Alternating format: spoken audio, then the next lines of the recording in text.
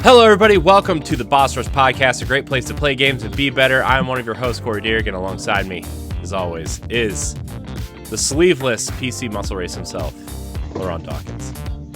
Hello, all you happy people. Don't worry, LeRon. I recorded your entire Switch collection, so next time you talk smack about Nintendo, oh God, Story's it's just going to be an animated GIF of you flipping through your cartridges like this. Story's going to see that, and he's going to have a fucking field day. Yeah. Ed's also going to be excited. I can hear the yes right now. I can hear it. Yep. Also joining us is the writer extraordinaire, Stephanie Klimov. Cheers. I literally almost sneezed right before I said your name, and this weird noise came out of my nose because I was trying to hold it in. And now my eyes are watering. It's okay. It really brings out the baby blue in your eyes. Oh, thanks. I don't know what to say. Okay, it's all right. It's gone. It's gone. Who's not gone, however, is our special guest tonight from the Boss Rush writing team, Aaron Damigos. Good job. You said it right. I did. I practiced in my head ever since you told me how to say it. Well, I guessed it, and then you said it, and then yeah. So I've been practicing. How are you? I am excited, a little bit sad because of reasons you will find out soon. Yeah, I'm in a huge transition between jobs right now. I'm juggling school. It'll be a year of living in Seattle in 2 days. Ooh. Wow. So, a lot of exciting things right now. It's exciting. So, you're not in transition just from any job. You might have had one of the most exciting jobs any of us have ever had. Mm-hmm. I don't know. That's debatable. No, come on. Spill the beans. Okay, so I guess I worked for a certain gaming company that rhymes with Nintendo. So I went through a staffing agency in April. Not April. I don't know. Sometime this year, and I guess they hire for Nintendo contracted employees. So technically, I was working through what's called Parker Staffing. That was the staffing agency I went through. So not technically a Nintendo employee, but I was working with, I don't know how you want to categorize that. So my job title was CBO Finance. CBO stands for Consumer Back Office, and basically I provided refunds for people on digital purchases, which we're not allowed to do that, or we're not supposed to know that, but it's a thing that we do. Now the world knows. I mean, the world, Reddit already knew. So I would wake up. My schedule was like 6 a.m. to 2:30 p.m. But I also chose that because I got to work from home and just get out of bed and to my desk. It was a long commute. So yeah, I was working for them for this past year. I moved to Seattle to specifically work for Nintendo, so it was exciting to be able to do that in such a short time. But now, because my contract is over, I'm going to a different job, not as well, maybe I shouldn't say it's not as exciting because I don't want to get fired, but I'll be doing something completely different, not gaming related, which makes me kind of sad. But I'm going to school at the same time to earn a second bachelor's degree. My first was in music. This podcast is all about me now. I'm sorry. Yep. It's fine. We're actually changing the name to the Damigos Rush podcast. Perfect. You're the new host, actually. That's your new job. You're hosting this. Congratulations. Surprise. How much am I getting paid? Whatever we're getting paid, add 10%. Okay. So my first bachelor's degree was in music. Not doing anything with that right now. I'm going back to school for digital marketing. So I'd like to eventually work with Nintendo again or Pokemon or somewhere in the gaming industry and manage social media or do e-commerce stuff. So You know what? It's funny you mentioned Pokemon because dude, all your freaking articles are basically Pokemon centric.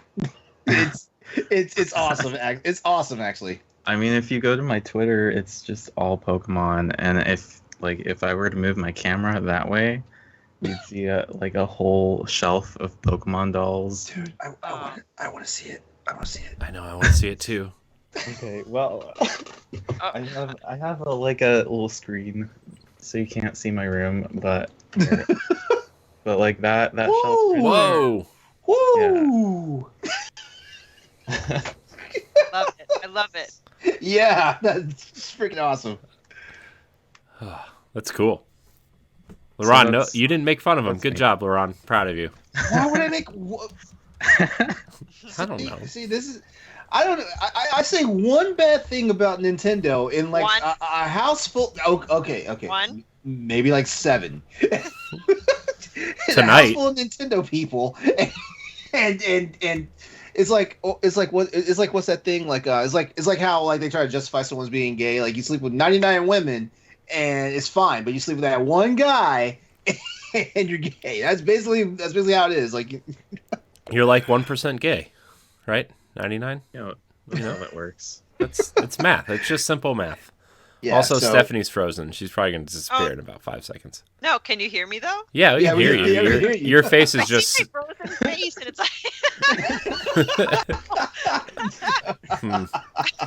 You're either gonna throw up or kiss someone. Yeah, this is an Yeah, incriminating exactly. or facial... throw up after kissing someone. Can't... Lovely We'll save visuals that for here. after dark, I guess. Anyway, that was lovely, Aaron. Yeah. And I really, Yeah. that's a great bachelor's that you got yourself set out for, and the fact that you've done some time. That was bad wording. Done some time with Nintendo. It'll be on your resume, Yeah. Mhm. Yeah, it's cool. I hope you get to that point again where you get to do that and do something you love within the gaming industry, because that's cool. Yeah. And that's don't amazing. forget about us. Yeah. Exactly. When you're famous, okay, and you're directing Pokemon Righteous Ruby and I don't know. Put me in the game as an NPC. I want a Charizard. I wish. So, I serious question, man. You couldn't have got me an OLED on your way out the door? I got you. Yeah, I could have gotten you a discount, but too late. Too late now, LeRon. Don't worry, LeRon. I got one. I swear, this Boss Rush community love. I swear, why did I even sign on with you guys? They also added the Nintendo 64 controllers to the employee store yesterday. Wow. I know. I still can't get one. I know, I can't either. I didn't even get the NES or the SNES ones. Here you go, LeRon. You can see mine if you want. Look at that shiny reflection. Oh, yeah. You know what? So I was in Target the other day, and they have the OLED Switch on display next to the regular Switch, and I hate my life right now because I was no, I don't need an OLED right now. I'll deal with it until my current Switch finally kicks the bucket or whatever. I mean, me and my doc, we have a war of wills right now, because some days the doc just doesn't want to work, and it's okay, fine, I'll play the game in portable mode. And then other days it's oh yeah, I'm working just fine. Have your full resolution on your television today. Well, LeRon, like it's funny that you mentioned that because I ultimately decided against pre-ordering the OLED in the beginning because I'm like, I can't justify it. I have a Switch that works. I'll just get it when it breaks. But now I'm afraid it's going to break now when I cannot obtain the OLED because every time I fire up my Switch, before I even start a game, it sounds like it's an airplane taking off. It's like... That's what mine sounds like, and that's why I got this. Now I leave. Wait, how like long even have you had your Switch? It's for day one purchase. Oh, it's a day one? Okay, yeah. I got mine 3 Thanksgivings ago now. Yeah, mine's a day one also, and it's just, man, it just sounds like Yeah, I don't know. Explode. I have the ones that are still you're still able to jailbreak because like the ones before that no dice. It's fine. It's okay. I'm not in a hurry to jailbreak it. When I get my OLED, I might jailbreak it, but Good luck. Miyamoto will be knocking on your door. With his army of Pikmin. Yeah, I was gonna say he's gonna throw his Pikmin at you. as long as he doesn't show up in the cat suit from Mario 3D World, I'm fine because I hope so. If he shows up in that, he's getting punched in the face. I hope so. And Onuma shows up in the penguin suit. Oh man, it'd be awesome. Or how about if Miyamoto shows up in a Tingle suit? Oh, I would yeah. love that. Okay, see, like... Isn't he's the one who Tingle was modeled after? I thought it was somebody else. Oh, crap. No, my Zelda shame is showing. I thought it was somebody else. But I know they modeled it after an employee. All right, I'm Yeah. going to have to do some research while we continue. All of that Zelda stuff behind you is just for show. It is. Yeah. Yeah. I saw the shield. It was cool, so I bought it. And the sword and all the books. Yeah. Let's see. Man. Who is Tingle based on? Taka Imamura, a game designer. Okay. Yes, that's what I was gonna say. Totally. Yeah. Because The only we're all time experts here. The only time I actually liked Tingle was when his first appearance was in the Four Swords Adventures for GameCube, right? No, he's in I thought it Wind was Waker. Majora's Mask. Yeah, he's in Majora's Mask and Wind Waker. Okay. See, that's why I don't realize that because I did not like the Nintendo 64 Zelda games. Well, Nintendo 64 doesn't like you. I'm just putting it out there. I mean, All right, we need to move on before I get enraged. I know. What? What? All right, before Stephanie murders LeRon, this is the Boss Rush Podcast, the flagship show of the Boss Rush Network, where each and every week we get together with our friends from around the internet to talk about everything we love about games, movies, and more. You can catch the Boss Rush Podcast every Wednesday night live on twitch.tv/Boss Rush Network or on YouTube and podcast services every Monday morning. Follow us on all social media platforms at Boss Rush Network. Join our Discord or Facebook group and find all of our shows and content on bossrush.net. Announcement. I think I made it last week, but all of our merch is available in the store now. I think last week it was all still trying to be approved, but it's all there. Get your stickers, get your mugs, get your shirts, get your sleeveless LeRon champion shirts. I don't know. Yep, I'm getting every single tank top that the Boss Rush umbrella has. Every single one. Various designs. We've got Arsenal X, Crossroads, Nintendo Power Block minus the full word Nintendo. Yeah. And Corey is hand stitching every single thing. Yes, on I his am. own. My fingers I'm working tirelessly. That's why you can't see them now. I'm actually stitching a shirt right now. I'll tell you this though. Like if we get a hot pink After Dark tank top, it's mine. I'm rocking that. Hey, Will you wear LeRon, it? what if I told you I will there wear are it. 3 versions of the After Dark tank top? Oh, there are. There's black with pink, navy blue with pink, and then pink with navy blue lettering. Like because I have that skin tone that pink just loves. Doing this. Do any of them glow in the dark? My skin That'd be glows in kinda the cool. dark because I'm the opposite color of LeRon. So I'm like, that scene in Space Jam where Michael Jordan tries to convince Bill Murray that Larry Bird is white, and Bill Murray's like, Larry's not white, Larry's clear. That's me. Except I'm not Larry Bird, because, who is? Let's be honest. All right, where are we at? Oh, I just read housekeeping, store stuff. I guess we can get into what we've been playing, watching, or doing with our lives. Aaron, you're our esteemed guest. You get to go first. Well, I kind of already said what I was doing. But you didn't say what you were playing. What I was playing. What am I playing? Oh, last night I was playing Smash Brothers. Who's your main? Playing my main. I don't know that I have a main. I kind of just am good with everyone. But I think my go-to is Pikachu. Yes, me too. Or Rosalina. Mm-hmm. I know she can be annoying for a lot of people. I've been playing Brilliant Diamond. That's been fun. I'm stuck at Victory Road because that's always a struggle. That's it, really. Going to school, doing homework, avoiding homework. Fun. Yeah. How do you like the Pokemon remakes? Are they good, bad? I've heard a lot of different opinions. Well, okay, so I sold my soul to Pokemon in 1998. That's fair. So I'm forced to like everything. I feel like they're very faithful. I mean, they said they were faithful remakes, but I honestly feel like they are. They're a good entry point for someone who's wanting to get into like classic Pokemon.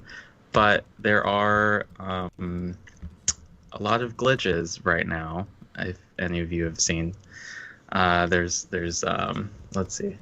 You can glitch out of bounds to get to one of the mythical Pokemon.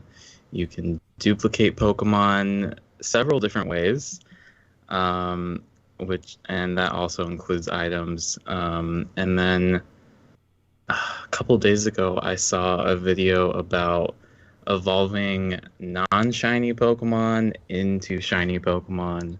Ooh.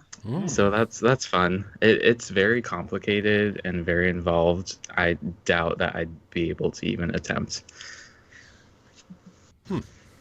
Okay. Oh, well, I really hope, really hope that Pokemon Red, Blue, Yellow, Gold, Silver, any of those like really early generations will show up on the expansion pack. Yeah, expansion pack. Sorry, can't talk. Because that's what I really grew up on. And I'll be honest with you, I've missed out on the more recent generations. And, I think Red and Blue have been the games that I've spent the most hours on probably in my entire life. Yeah, Diamonds on DS was probably my most played Pokemon game. I played that game. It didn't break, but until it broke. I spent most of my time breeding Pokemon. I think I had over 600 hours, Oh, wow. which, I don't know. If you look at my Animal Crossing save, that's like nothing. Fun. Well, Stephanie, I guess it's your turn. So the games themselves haven't changed, but I'm excited to tell everybody that I've made progress with Metroid Dread. I'm literally about to take on the final boss, Ravenbeak. Ooh. Oh, awesome! But I can't seem to know how to get there, because once you get that power bomb or the last bomb upgrade, you need to blow something up to be able to get up to the place in the sky wherever he is. And I can't find it because I'm stupid like that. I can't remember. I can't remember because I am now on my second playthrough of Metroid, and I've already gotten lost. Wow. Yeah, like I don't understand it. Like I've literally ran through every zone that I can go through, and I'm like, Looks like Metroid Dread can still stump LeRon even after his first playthrough. No, but it's I'm really, once I had a very hard time with some of the bosses. Like one of them was it's just like an X, but it it took form of 3 forms of just a monster, and like a crab-like thing, and then it gets bigger and bigger. And what you have to do in order to defeat the boss, you need to like jump and flash shift to the other side of the arena and shoot its backside. But the problem is I couldn't do the jumps correctly, so I would always hit the monster and then get cornered and get smashed in 3 hits. I'm dead. So I would just get so frustrated. But once I defeated him, it was just it was so great.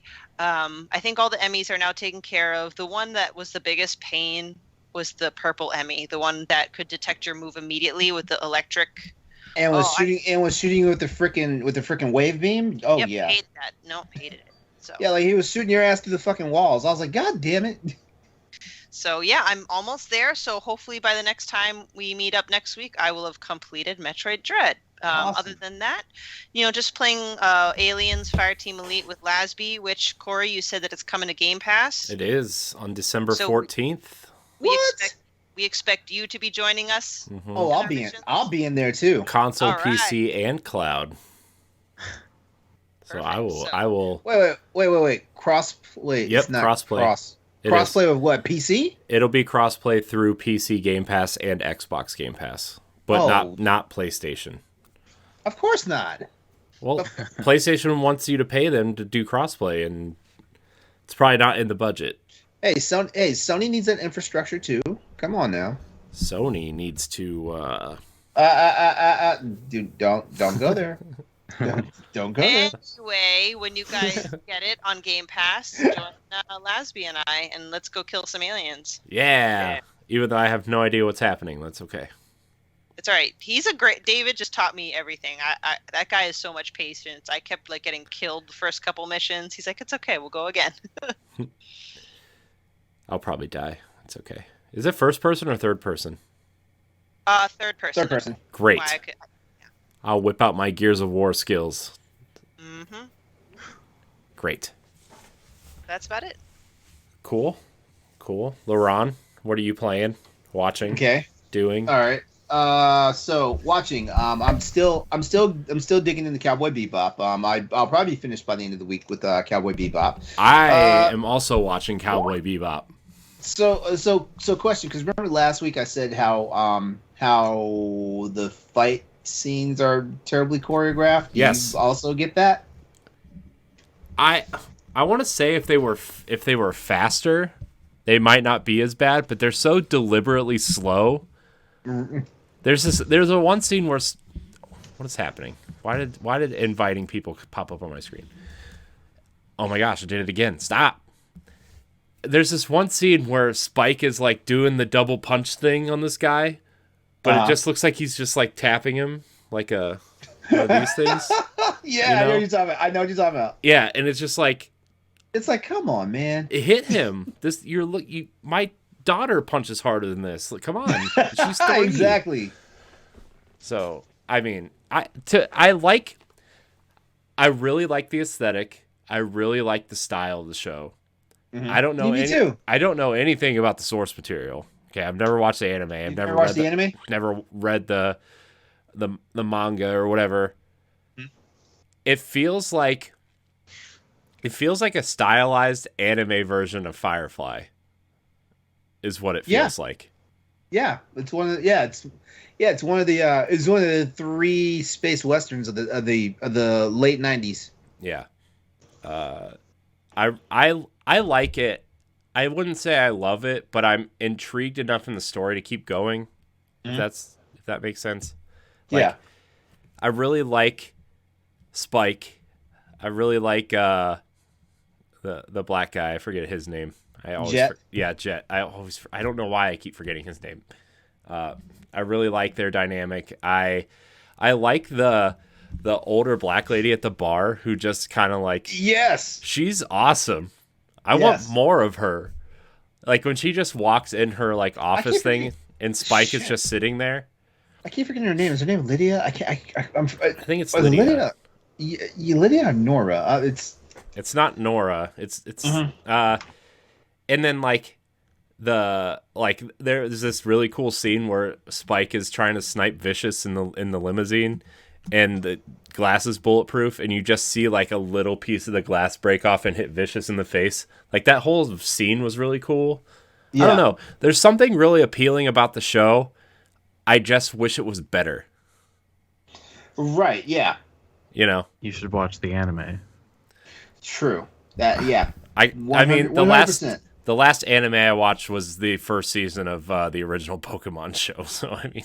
Okay, well, we need to convert you. That's what people keep saying. They keep saying, you need to watch this anime, you need to watch this anime, you need to, you know, read the subtitles and not listen to it dubbed. I'm like, let's slow down. Let's just start somewhere, and then we'll work our way up to reading on the TV, okay? So, anyways, continue, LeRon. I wanted to have that conversation about Cowboy Bebop because it's... I'm looking it up. I can't find her in the cast, like the black lady. Yeah. I really like it. I want to like it. Like, I like it more than the quality of the show, I guess is what I'm trying to say. Which I had that same feeling for Firefly as well. I was like, man, I really want Firefly to be better, but I really like the idea of this show. So I'm going to keep watching. And then it ended. I've also been playing catch up on the show, and I hope my best friend isn't watching this tonight because he and I started watching this show together, and then like we can't ever seem to finish the show, so I'm cheating on him right now because I'm playing catch up on that show Quantico. Remember that show? Oh yeah. Yeah, I'm on the final season for the show because it got canceled in the third season. So I'm on season 3 right now, and yeah, like I've horribly cheated on him because I've already seen the finale of season 2, and I'm halfway through season 3 right now. And as far as games I've been playing, like I'm still playing some of the same stuff that I've already talked about on previous shows. Like I'm back on Tales of Arise. You guys already heard that I'm on second run of Metroid Dread. But over the weekend, the boyfriend and I, we were playing a whole bunch of Mario games on the Switch over the weekend. What? Yep, I was playing some Mario Maker 2. Man. I was playing Super Mario Deluxe U. Is that? Yeah. It's New Super Mario Brothers U Deluxe for Nintendo Switch. Why is Nintendo giving us the middle finger with these freaking names? It's just like that whole naming scheme debacle with the Game Boy Advance ones. Like it was Super Mario Advance or Super Mario 2. You could just say NSMBU. You could just say NSMBUD. Yeah, New Super Mario Bros. U Deluxe. That sounds like an invitation to get tongue tied. That really does. I mean, you can make it whatever you want.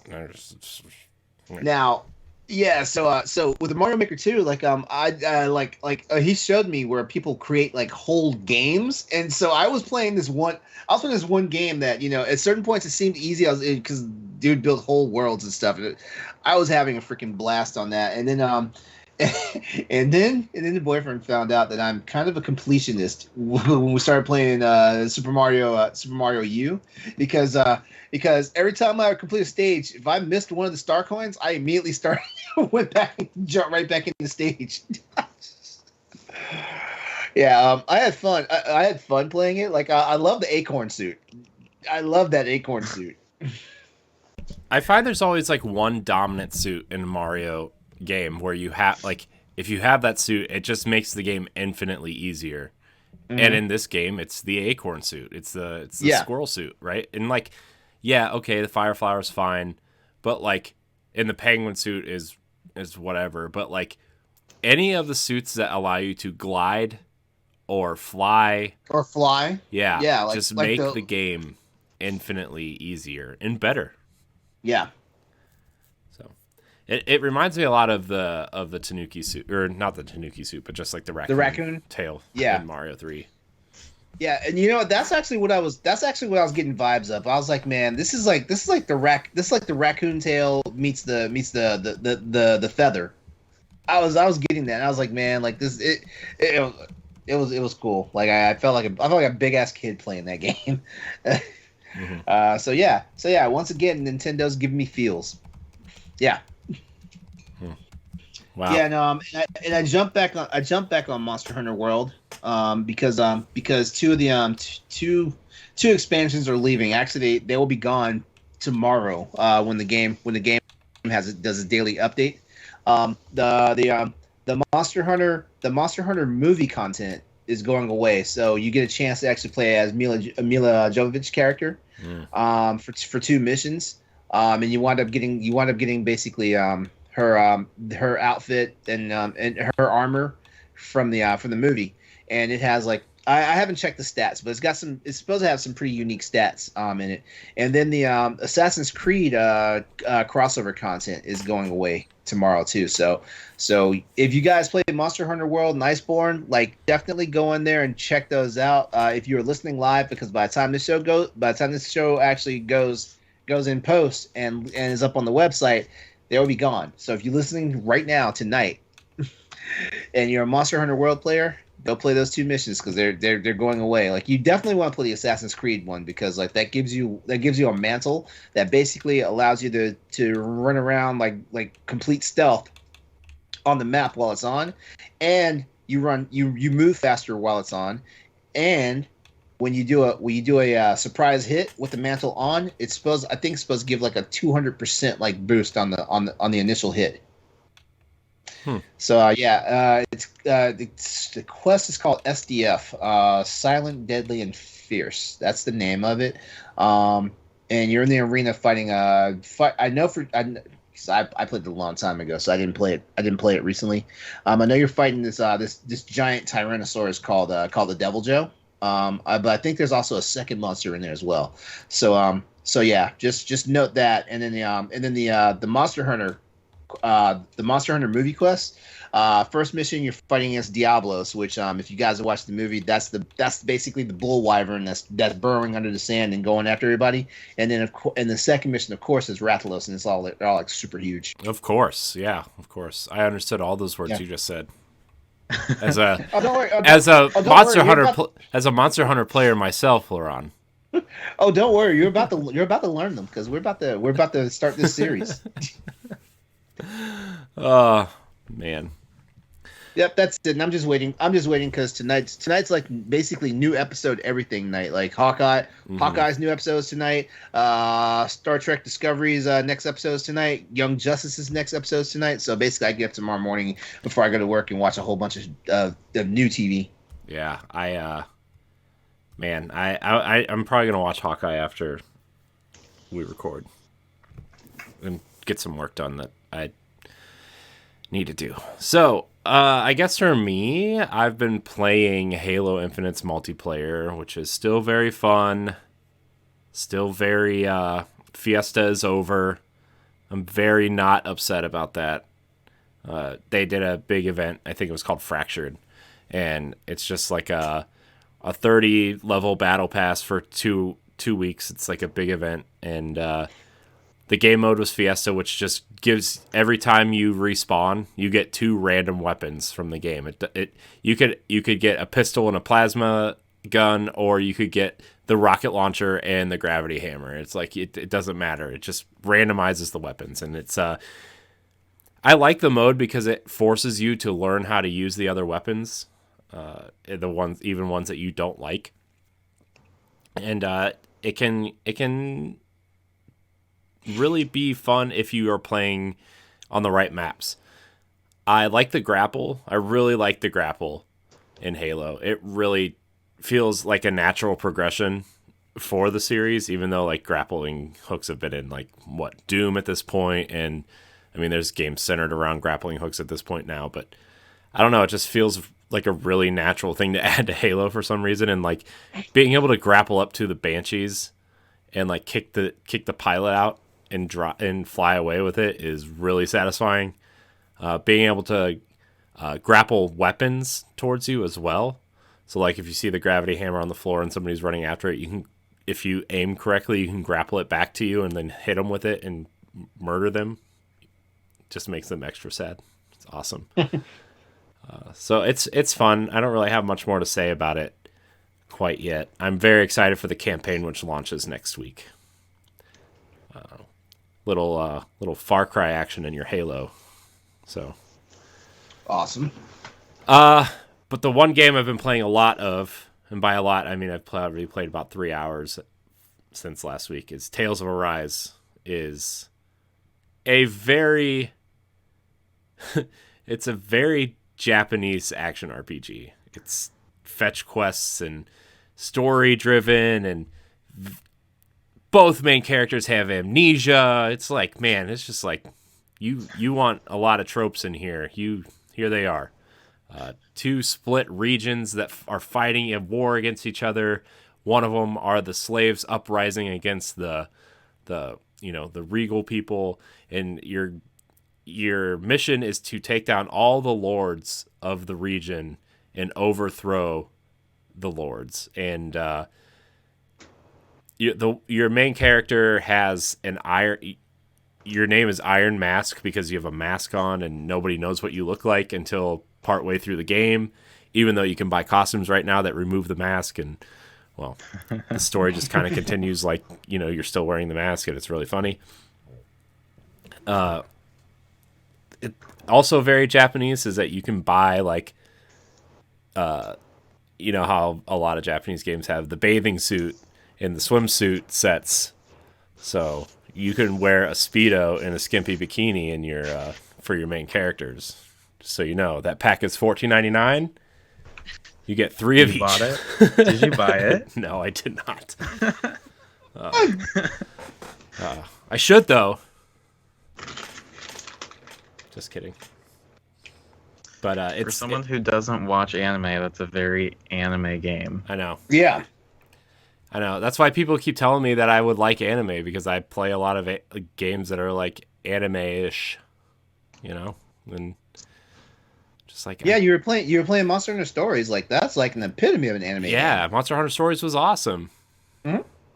I don't know. I really wish they would re-release the first game for the Switch. I bet they do. I bet they do. I bet they will next year. I bet I'm serious. I bet with how well that game sold, I bet they re-release the first one as like the Ultimate Edition, and they add like 3 new missions, and they'll charge $60 for it. Man, Capcom had a wonderful year thanks to Monster Hunter this year. Yeah, and Resident Evil. Mm-hmm. 2.5 huge hits for them. Man. I heard the Resident Evil VR or Resident Evil 4 VR sales are off the charts. Yeah. Wow. Like it's more than what they anticipated. Yeah, it's almost like I think what they say, like an 80% attach rate to the Oculus 2 or whatever, Quest 2. Yeah. Which is crazy. That's insane. Yeah. It's like, man, y'all don't get tired of playing the same damn game, do y'all? No. It's Now, Stoy was talking to us about that last night. And he said some of the mechanics in the game are really interesting because basically, like parts like if you think about how like a soldier is dressed, like they have their combat knife in a certain place, other things and stuff like that. Like basically your arm motions and stuff, like you can grab like a new weapon or herbs and stuff like that. So like it's pretty cool. Yeah. He said he was disappointed though, because like when the Ganado comes at you with the buzzsaw and takes your head off, like you're like like the vision doesn't go sideways, like your head, like if your head was flopped on the side of your body. Mm-hmm. Yeah, he said that doesn't happen. Darn. So that's kind of all I've been playing. I've been wanting to get back to Guardians. There's too many games to play right now. I'm playing like 6 different games at this point. Playing Monster Hunter Rise, still trying to finish Metroid Dread, Guardians, Forza, Halo, and Tales. And it's like I should finish these small games first before I start, playing these huge games.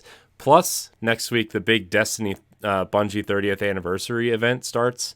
And they haven't announced the last set of armor and weapons that they're adding to the game. And all signs are pointing to Halo since it starts the day after Halo comes out.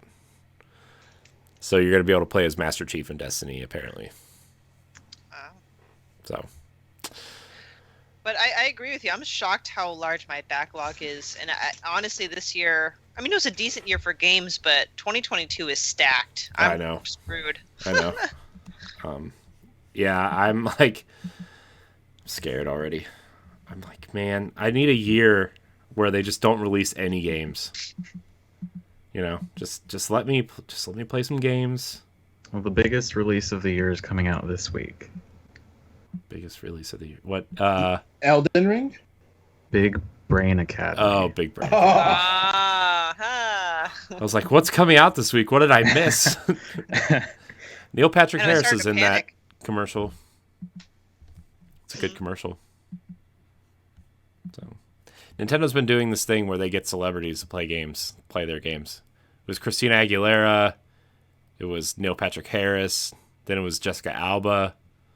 Yeah. Of course, she was playing a dancing game, which... Didn't it all start with Beyonce playing freaking, what was DS? that one game? Yeah, yeah. I remember that. I don't know what she was playing. She was very happy playing Rhythm it, Heaven. so. Rhythm Heaven. Like, Was I it? mean, she annihilated that DS Lite. Yeah. I think it was a color that like didn't even come out too. Wasn't it like a weird? Yeah, it was like Du- a chocolate brown color or something like that. Yeah, I don't remember. It was like some weird color that never even came out. That's what you get when you're Beyonce. You get special DSs. And that was before Jay-Z. God, her Switch is probably gold plated. No, that was before he put a ring on it. That was when they were dating. Whatever, you know. I don't follow Beyonce. Okay, I just know she plays a Nintendo DS. Still, probably that one game still plays it. But I watched something this weekend that I thought was fun, and then I watched Hawkeye's pretty good. I watched Red Notice on Netflix. I have yet to watch that. I didn't finish watching it, but I need to finish it. It started off pretty funny and strong. Yeah, Did you like it? I did. It's real. It's exactly what you think it is. It's The Rock and Ryan Reynolds and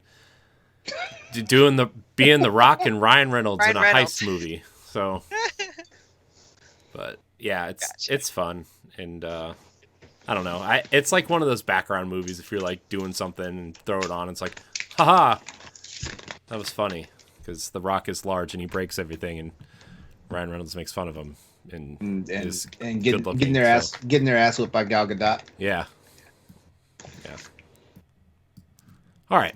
Well, that's kind of all we've been doing. Why don't we get into some topics?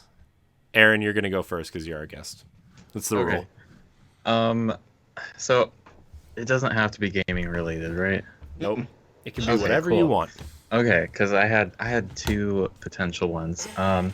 So assuming that we've all worked in a customer service focused position, Oh, yes. and it's that time of the year where people get wild about purchases. I would like to hear your craziest experience dealing with a customer. Oh, I haven't had crazy. I You worked at GameStop and you didn't have crazy experiences? For real, like Or maybe just like an experience with someone that just like made you facepalm. I'm thinking. You guys go. So I wasn't working, but I was in a GameStop, and some like grandma was like, this was well into like the PlayStation 4 and Xbox One generation, and she brought. I was in there looking for something. I can't remember what I was looking for, but she brought in a stack of like PlayStation 2 games to trade in. And they said, and GameStop said they couldn't take them. And she's like, and she started arguing with them and said that she paid like $50 a piece for them for her grandson. And he said, well, this is how it works. Like, it's two generations. Like, he was trying to explain it to her, and like you clearly don't know what I'm saying, but I'm trying to explain it to you anyway type of way. And dude, she threw one of the games at him and left him. She left him on the counter and left. And I was like, oh my God, that lady's crazy. I hope she really leaves. And then she like stormed back in and grabbed the games and like asked the guy for the one that she threw at him back. And he like handed it back to her, but he was like really scared of her. And I was like, man, dude, that lady, She's scary. She's like, this is wrong. This is illegal or whatever. And she was like, it was funny. It was kind of funny. Good old Karens and GameStop. Let's see. So my retail experience would be at a retail pharmacy, company name redacted. Name redacted. There are plenty of instances, but I'll just like pick one because there are just so many. I had, graduated, probably been a licensed pharmacist for a year, and I was working in my home store. And this guy comes to the pharmacist consultation booth, and he said, I would like to speak to the pharmacist. So I go over there, and I say, hi, sir. How can I help you? He goes, yeah, I want to speak to the pharmacist. I said, I'm the pharmacist, sir. And he just started laughing in front of my face. Started laughing at me. I'm like, what's the deal? It's like, oh, I usually only deal with the guy here. I'm like, well, there are females here that are pharmacists as well. He goes, okay. So then I was already kind of pissed off at him anyway. And he like hoists his leg up, props it on the table, proceeds to take his shoe off, his sock off. What? And like is like pointing at, I don't even want to describe what I saw in his foot. It's like, I want you to tell me what you think this is and like what medication I could use to put on my foot. And I'm like, can you please put your shoe back on, sir? I cannot diagnose you. If you know what the diagnosis is, I can help you, but I cannot diagnose that. You need to see a doctor. He goes, see, I should have spoken to that male pharmacist. I'm like, okay. So I just like ran down the aisle. I just picked up some like Lotrimin or something like, here, just take this, call your doctor in the morning. I don't know what else to tell you. What was on his toe? It was just a lot of, She's not a doctor, Corey. it was just a lot of extra. No, pharmacists are doctors. She's just not that type of doctor. Right. Yeah. Well, there's a lot of liability there. There was just a lot of liquids on his extremity. Oh my God. Just leave it at that. Don't. I regret. Oh my asking. God. Oh my really God. regret I am asking no that longer. question. I am no longer interested in eating these gummy savers now. Hey, Corey asked, I answered. I know. I just opened some gummies, and now I don't know if I want to eat them or not. It's your damn fault, man. I know it is. I'm sorry. I was interested, and now I'm not. I'm sitting here waiting. I'll tell you more. That's not as gross. Oh, thank God. I did an overnight shift in a pretty rough town in the state. It's a pretty rough town, but it actually was one of my favorite places to work because the overnight crew is so chill and relaxed. And there's like this. The store was legendary. The other overnight pharmacist was legendarily known for carrying a lead pipe into work every night that he worked. No one really knew if he did. It was in this bag, and they're like, oh, that's the pharmacist with the lead pipe. Some say long ago that someone tried to rob him, and he chased the guy out of the store and beat the crap out of. So anyway, it's a fun store. It's just, I don't know. And one night, this I'm just going to skip describing what this person looked like, came in and wanted to buy syringes. And in this, I don't know if it's a state thing, but in the state of Massachusetts, as long as they present an ID, you can sell them a pack of syringes, but they just need to show proof of ID, which is fine, whatever. And so the person comes up and says, I want to buy a pack of syringes. I'm like, okay, what kind? I just need to see your ID. And he's like, I don't have an ID on me. I'm like, all right, I have absolutely no problem selling you this, but I just need to do it. It's just like, it's regulatory. I have to. And like, I'm just telling you, I don't have an ID. Can you just sell it to me? I said, I'm sorry, I really can't. Like, even if you just go outside and just find someone that will be purchasing it next to you with an ID, like, I just need an ID. And he's like, oh, never mind. And I'm like, have a good night. He's like, no, you ruined it. And he stretched out his arms and ran down the aisle and knocked over every single, not every single, no. but all Well, of them. well, based off of his reaction, I have an idea of what he wants the syringes for now. Oh, he returned 5 minutes later with a complete stranger, and that stranger showed his ID, and I just was like, here, take it. Just go, please. It definitely wasn't for insulin, I'll tell you that. And yeah, we had to clean all that up. It's like, thanks, man. Really appreciate it. All right, so my story is nowhere as crazy as that one, but it's one of those I'm surprised I did not get fired type of stories. So this is back when I was assistant manager at GameStop. Like I opened the store on a Sunday morning, and the store I was working at, Sunday is one of the roughest days to work at. In all seriousness, so I'm in there, and usually what happens is on Sundays, typically the opener doesn't get someone to come in until right after. I want to say like 2 or 3 hours into the shift. So I'm in there by myself, and for whatever reason, people didn't want to go to church that morning. They wanted to come to GameStop, and it wasn't even like a new release day on a Sunday or whatnot. But everybody was in there, and stuff like that. This one guy and his kid comes in, and yeah, it was a bunch of PS2 games that they were trying to trade in and stuff like that. Trying to get trade-ins for cash. Now, if I'm not sure if the cash trade-in policy has changed for GameStop, but back then you got 20% less than what you would have got for your normal trade-in. I'm not sure if that's changed at this point. It's the same as credit now. What? Yeah. I think if you're a pro member though, you only get the rate that a normal person would get, but it is the same as of like 2 or 3 months ago when I was there. Okay, all right, good to know. I mean, I don't trade my games in anymore, but anyway, so this guy comes in and he comes in with like one of those Glad trash bags, full of games and stuff, right? Oh my gosh. His kid is maybe all of like 11 years old, so. If I'm already making a rationalization in my head that the kids games, so I'm already under the suspicion that the games are going to be in less than usual state. So like not only he's not going to get full credit for it, but some of them are not going to be able to get taken in at all.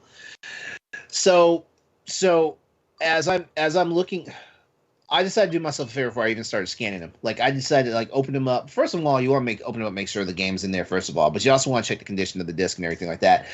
Like PS2 discs are not like the Blu-ray discs that we have now, where like you can basically take a razor blade to them and they won't scratch.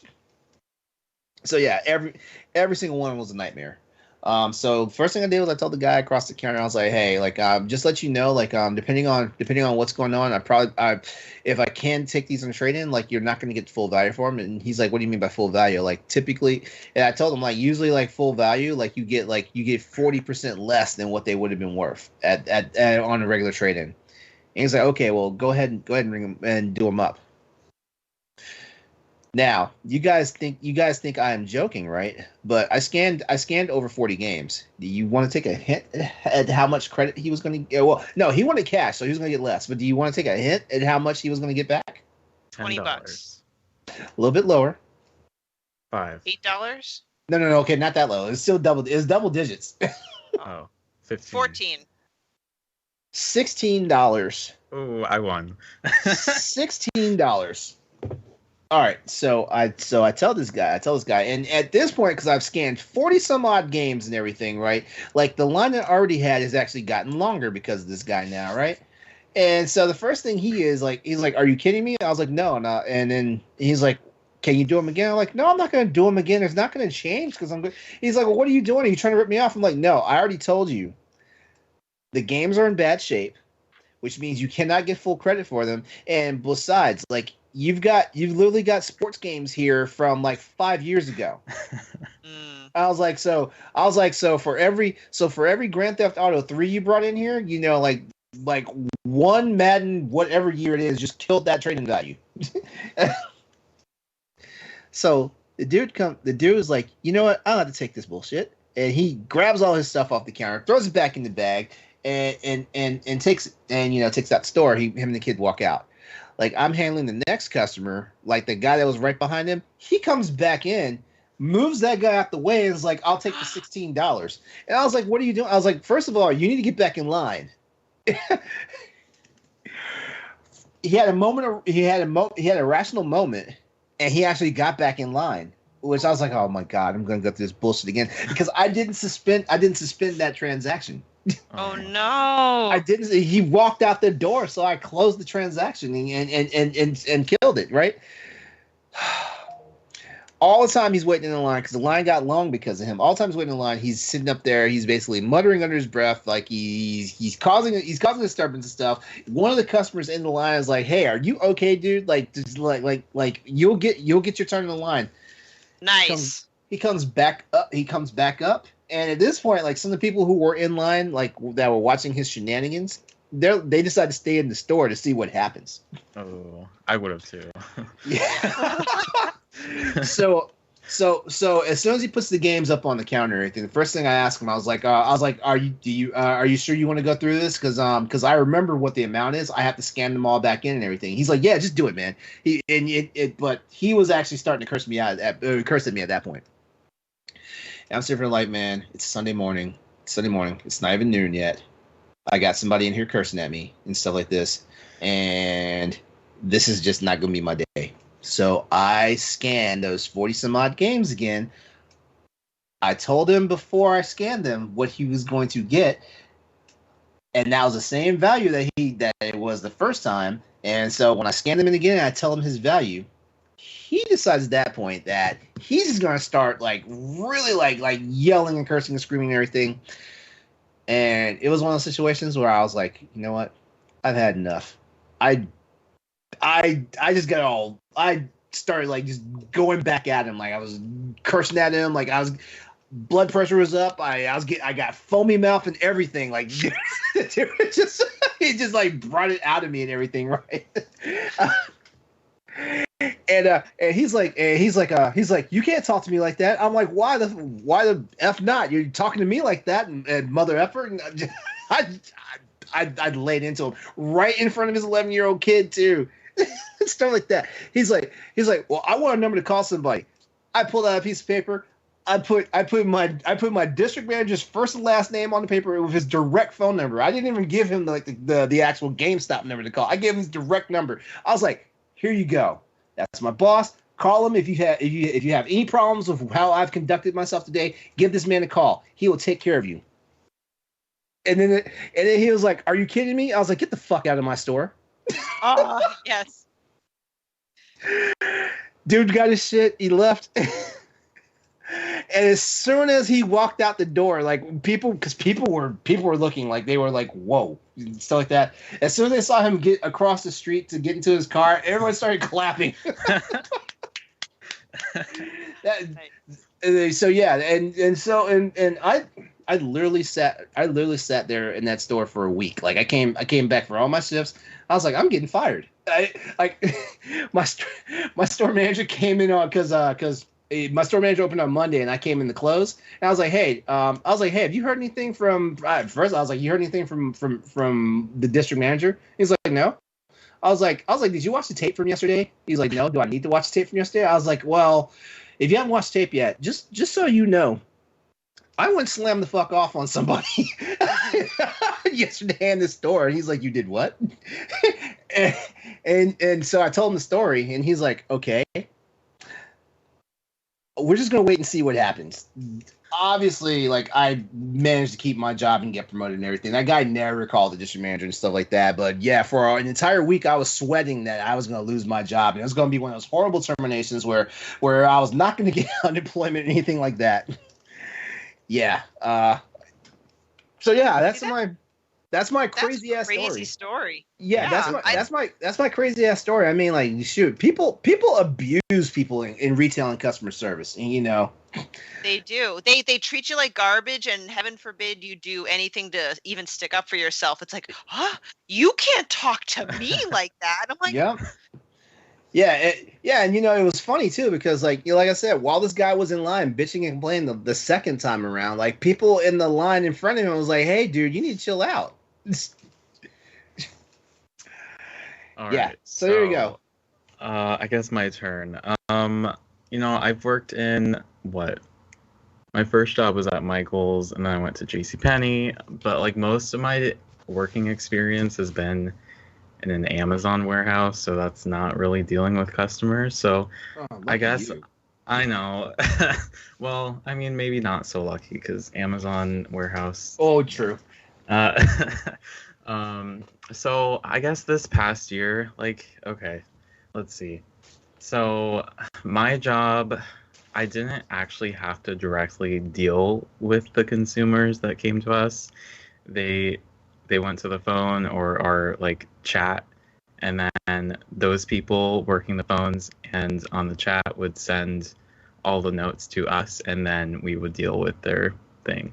So I would get a lot of interesting internal notes just based off of the chat logs and stuff. Nothing too extensive, but I'll give you 3 mini ones. So first one sounded pretty crazy to me. They were asking for a refund because they claimed that an earthquake had shook their Nintendo Switch enough to make a purchase. Yeah. I did not understand that because you guys have bought stuff on the eShop. You have to scroll down that long page and press accept and confirm and then go through another page. Earthquake. Yeah, an earthquake. So you tell me an earthquake not only pressed buttons for you, but also moved your gyrometer and confirmed your credit card for you. Yep. That's one smart earthquake. Yeah. So I went through with it anyway. Wow. Oh. Yeah. Okay. So. What game was it? What game was it? I'm curious. I don't know. I have no idea. Second one, I guess it's pretty understandable, but this person wanted a refund on Stardew Valley because apparently the Junimos and the wizard offended them religiously. Oh gosh. They were not a fan of quote unquote magical creatures. Ooh. Those magical creatures. They'll get you. And then there's always right. There's always those incidents that I would get where people so how Nintendo Switch Online does automatic renewal if you don't check it off. Yep. So people always forget to do that. Which is understandable because you have to go out of your way for it, I feel like. So I always get incidents where people are complaining about this purchase is unauthorized. I did not want this. You guys are taking money from me. Stuff like that. And there's always that one person that's I'm going to take legal action if you do not give me my money back. But when you're going through all those terms and agreements, you're accepting them, and that includes the automatic renewal. So even if they took legal action, we would have won. Yeah, what is it about the whole legal action thing? I'm pretty sure everyone's at least been threatened by legal action by someone in retail. We were threatened by legal action when I worked at a restaurant. That was fun. Because, I don't know, something they ordered, something was wrong. I don't know. I don't know if they just didn't order it right or what, but they were threatening to call the owners and the police of the restaurant because of man, I wish I could remember what happened. I think they ordered chicken or something, and they ordered a side of mashed potatoes, and the chicken was cold and in their mashed potatoes or something. I don't know. It was something really ridiculous, and then the server spilled the water on the plate or something. It was it was just really a bizarre situation.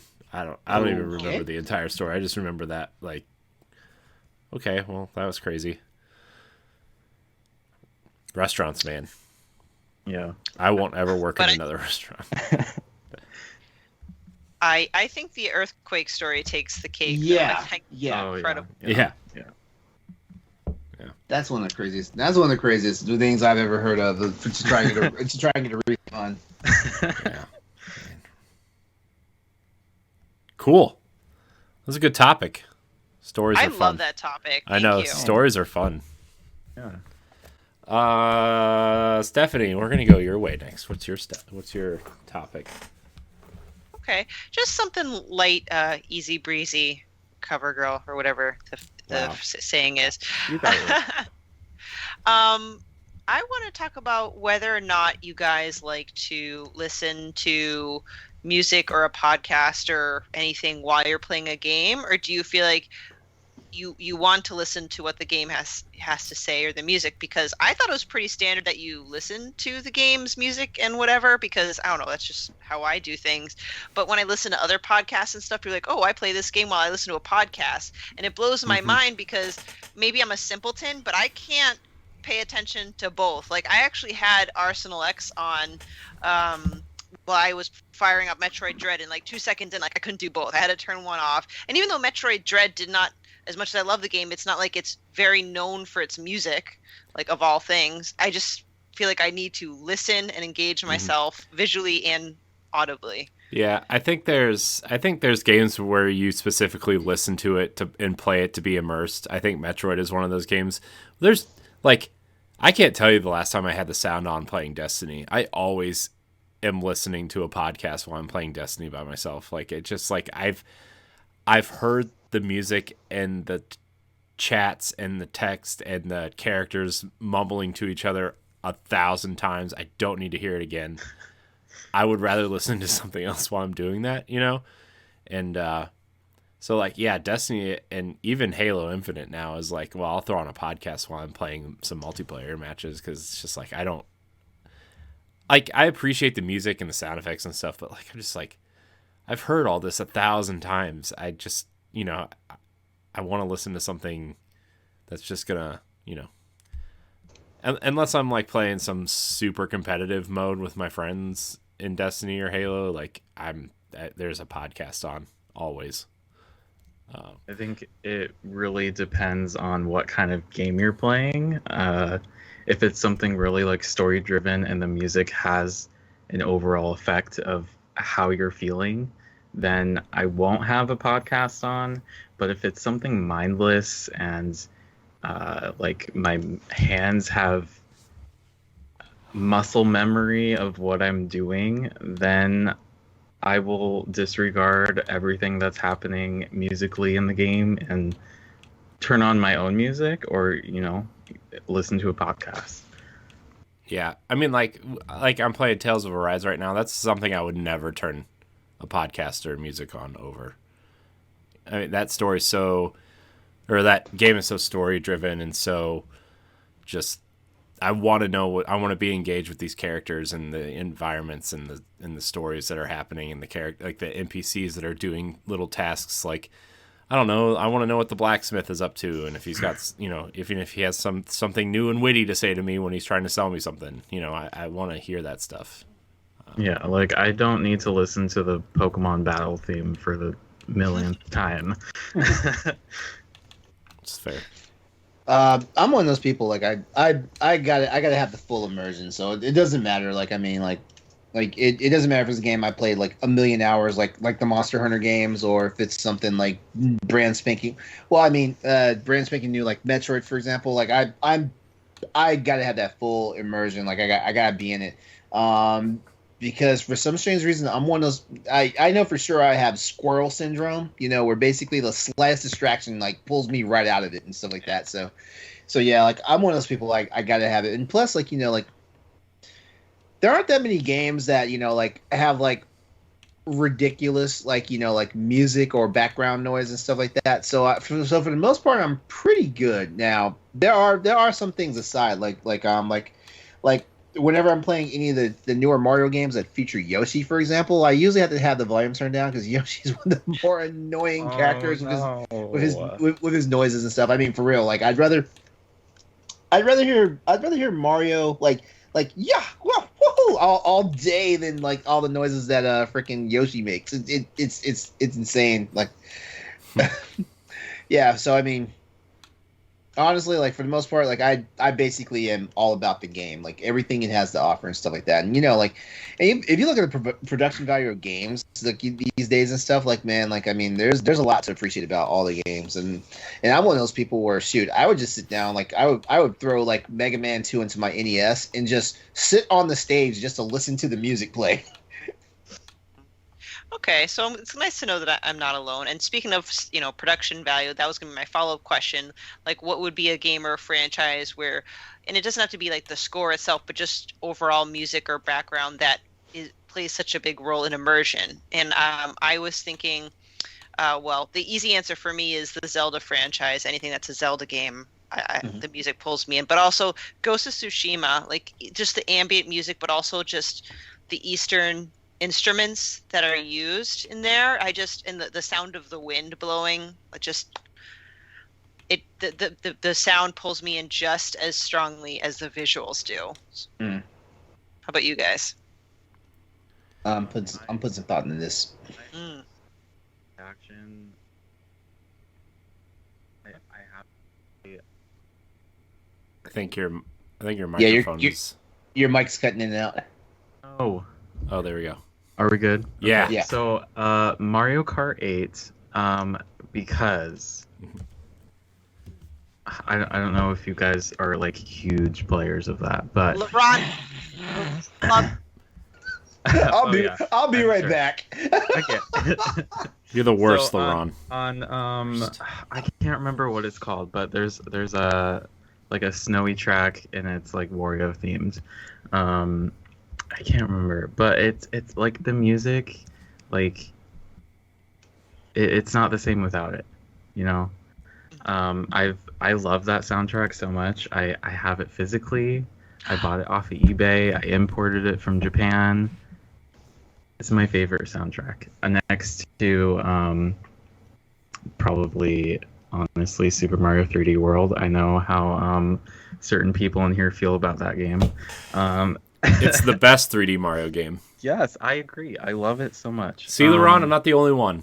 Buy it. I didn't say. Buy okay. For a second there, I thought you were trying to say I was negative Nancy about that. No, I No, want the you game. said you were waiting on a sale. I just said buy it. Yeah, I'm just not sure. I'm just not sure if I'm ready to part with $60 for a rehash. Let's be honest. You spent $60 on worse. Name one. I don't know what you do with your money. I'm just saying. I'm sure you have. I'm sure you've regretted the $60 from somewhere, whether it's video games or other. Yeah. It was honestly one of the Metal Gear Solid games. I'm not gonna say which one. Oh, is it 5? No. It's no. I didn't buy 5 at full price. Let's just say it was part of the Sons of Big Boss storyline. It was one of those games. 3. Peace Walker. Nope. The card It was number game. 4. It was 4. Oh, well. I was running out of numbers, so I mean I would have got there eventually. I regretted spending full price for that game. Like I didn't enjoy it as much as all the other Metal Gear Solid fans did. I didn't enjoy that one. It's okay. But also on the topic of Mario, like also Super Mario Galaxy, if you played that with the sound off, it just wouldn't be the same. You're right. That's a very good example. This guy is picking all the good ones, like all the ones. He's picking all the Mario games I do not like. Yes, they are good, Ron. Super Mario Galaxy made me cry. Mario Galaxy itself is not a bad game. The problem is that I'm one of those people that get 3D motion sickness playing video games, and that game fucked me up. Maybe you shouldn't get motion sickness. I couldn't take 3 stages in World 1. I couldn't. Like it was like, man, like I'm gonna throw up. Oh, Yeah, so it's not that Mario Galaxy is a bad game because I've even tried it on the Mario 3D All Stars game, and it's actually a better experience for me this time. I may actually finally play the game and actually get a decent way through. I can't say if I'll ever beat it, but but when it was originally out on the Wii, whew, God, felt like I was gonna faint every time I played it. Aaron, speaking of having an actual physical copy of a soundtrack, I think the last time, Symphony of the Goddesses I have, but before that I actually bought and imported the first Kingdom Hearts soundtrack. Oh yeah, I found it the other day. I have a huge collection of video game soundtracks. Like, it's an issue in America not having access to physical releases. So most of the time, I would, for example, with Mario Kart 8, I went onto eBay because it was only being given through Club Nintendo Japan. So I had to buy it for like $1 million. Can we just talk about how good Kingdom Hearts soundtrack is for a second? It's very good. Yes. What soundtrack? Kingdom Hearts. Kingdom Hearts. Oh yeah. I'm trying to think. It's been so long since I played the original Kingdom Hearts game. It's been so long. 2. Like I can't remember. The only music I remember from Kingdom Hearts 2 is the freaking Sephiroth battle music. Because God, I got my ass beat by Sephiroth so much. But technically, that's Final Fantasy VII. True, but it was like the Kingdom Hearts version of his theme song. Yeah. Still, Sanctuary is a song. Gets me every time. Yeah. So. Any other gamer franchise? Me that. Yeah. Like music that gets me. Yeah. I mean, I think every time I hear the song at the end of Twilight Princess when Midna is getting ready to walk back into the mirror, gets me. But it's like the music. Crying every time. Yeah, the music makes that scene. I mean, because there's no voice acting, so you're just kind of staring at these character models and watching them emote. But the music makes that scene, and then when the mirror shatters, spoilers for Twilight Princess, I guess. Sorry.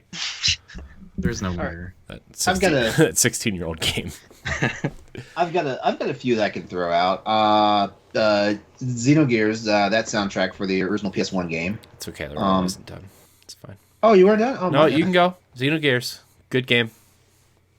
Like it. I'm sorry, you made it sound like that entry was their last entry. No, sorry. I had one more, but we can keep going. Keep going. Go. You already started. Right. I'll finish. All right. Chrono Trigger. That soundtrack. Final Fantasy Tactics soundtrack. And just because I love music games so much, actually I love music games, but this technically isn't a music game. The original Tekken Tag Tournament soundtrack. Definitely not a music game.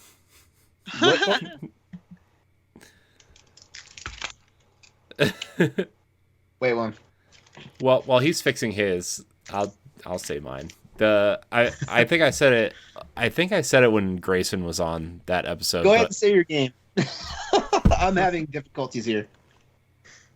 Thanks, LeRon.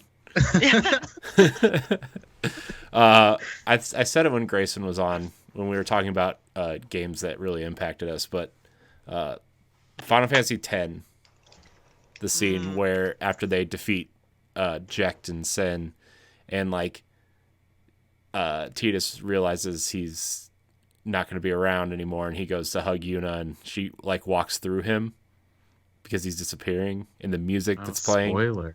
Oh, it's so good. God, when we talked about it that day, I re-downloaded it on my Switch instantly. Haven't started it, but God, Final Fantasy X, classic. Tim was a good Final Fantasy game that I never finished. That was my first one. 9 was my first one, but I played 9 before 10, and then. God, I feel so old. My first one was the second one on NES. I feel so old. Well. Stop. He's not old. He's distinguished. Yeah, don't you see all this gray in my beard? Yeah. Yeah, we see it. We see it. Pretty soon you're going to have to ask people if they're going to see black in your beard because it's going to be so silver. I'm just kidding. I have a ton in mine. It's awful. I feel sad all the time. You don't have the silver beard thing going on. I have like It's the just silver because my hair's not. It's because my like hair's the not silver dark mutton enough. chops. I have the silver mutton chops. It drives me insane. It's like, why? It's like just like disperse yourself throughout the rest of the facial hair here. I have a few gray hairs on my face, but I just shave it off. Smart. What about you, Stephanie? Well, according to my son, I'm too young to have a beard. He says when I get older, I'll have a beard, though. So I can't. He said, "Don't worry, Mommy, you're not old yet. You'll be old when you have a beard." I'm like, "Oh, okay." Oh well, looks like you know something about the fountain of youth then, because like I swear, like if you spread a beard, you better rock it. You know I will. Neat. That was it. Quick and easy. Corey was about to do the Pai Mei thing from Kill Yep. Bill. I've never seen Kill Bill, so I don't know. What You you're haven't? talking about. Oh my god! Oh, you know, funny story, right? Because over at Crossroads in our chat, like I was doing some edits for last night's show, and literally Chris spent 20 minutes talking about Ghostbusters. Yes. He spent 20 minutes talking about it, right? So I was sitting here thinking, like, like our what are we playing section is gonna be like, that segment's so long. And then I got into it. I was like, man, he talked about the movie for like 20 minutes.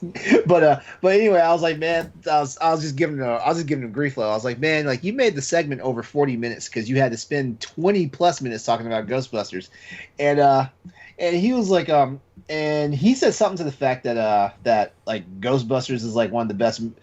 One of the best movies, and then he was like, "Name 10 movies that are better that are better than Ghostbusters." Now this is 10 movies in my opinion. So I just threw them out there. I was like, Aliens, Top Gun, Die Hard, Terminator 2, Raiders of the Lost Ark, Back to the Future, Ferris Bueller's Day Off, Empire Strikes Back, The Thing, Stand By Me. Wow, you just named like 6 movies I've never seen. Okay, see, this is the punchline, right, Corey? Because Austin's like, man, that's a good list. He's like, get Corey in here for his opinion, and I was like, where is it? We can't summon Corey. He hasn't seen 1/10 of any of the movies in pop culture. I know. You know what's funny though is that I listen to a podcast that they do, like it's like a retro nostalgia podcast, and they like all they talk about is like old stuff that I've never seen or watched. So I like to know about all these things anyway. So it's just like, yeah. Wait, you haven't seen any of the Star Wars movies? I have. I'm saying like The old school Star Wars. I've seen all the Star Wars movies. Okay. Let's see the movies that you listed that I've seen.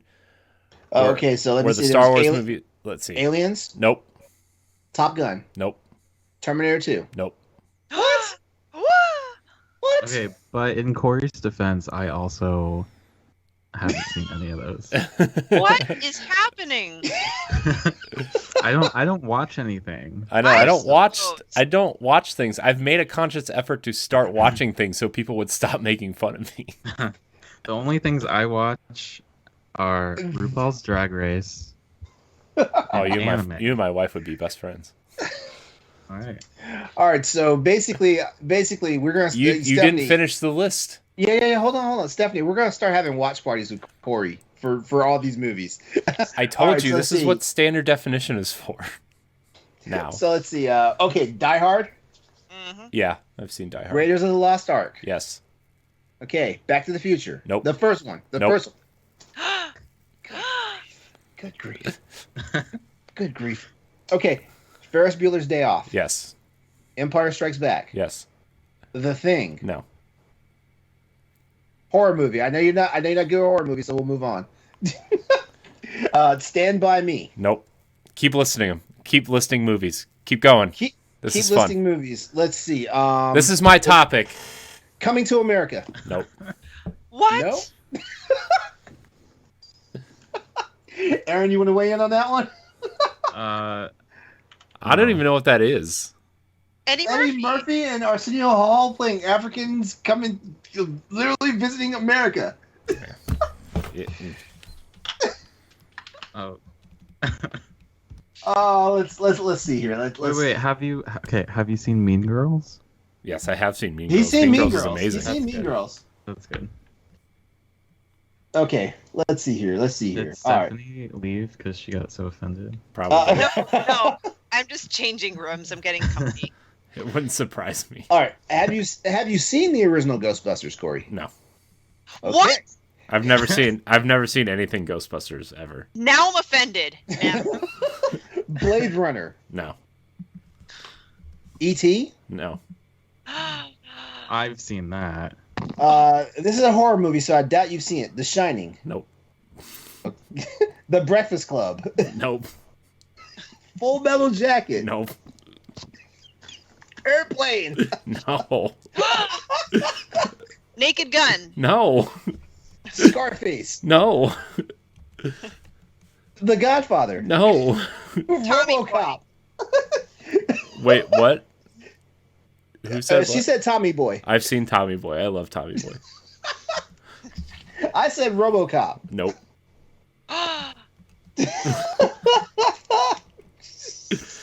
Predator. Nope. Oh. Jesus. Lethal Weapon. No. Tell me you've seen Fast Times at Ridgemont High. Nope. I knew it. I was like, this sounds like a movie he hasn't seen. I knew it. The Karate Kid. No.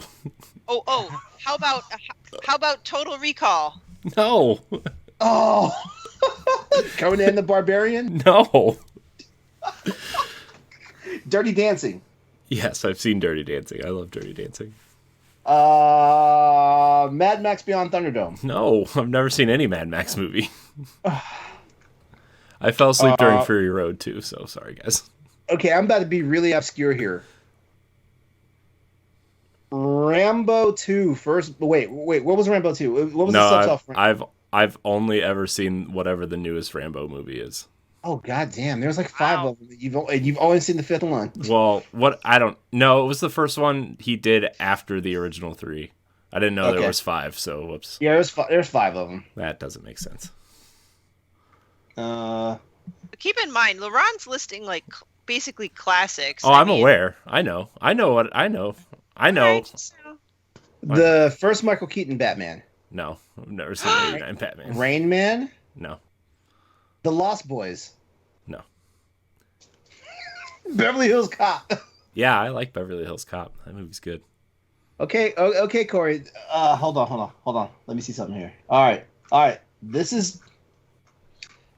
All right. I feel like I'm disappointing a lot of people right now. All right, your street cred's in trouble if you have not seen this movie. Uh-oh. Bill and Ted's Excellent Adventure. Yes, I have seen Bill and Ted. Okay, we can move on to a new topic now. But this is my topic. I want you to keep going. Oh, you want more? Yeah.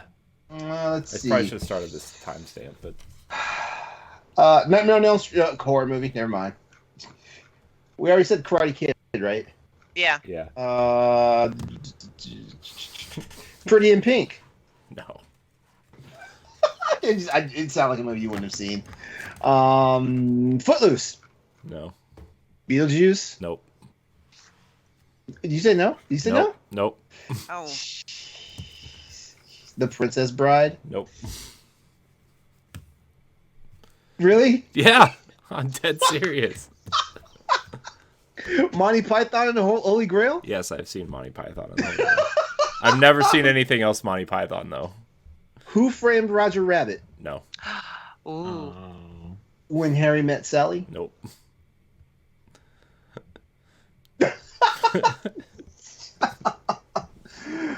Let's see.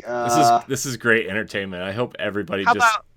about Mrs. Doubtfire? Yeah, I've seen Mrs. Doubtfire. Everybody's seen Mrs. Doubtfire. Okay, awesome.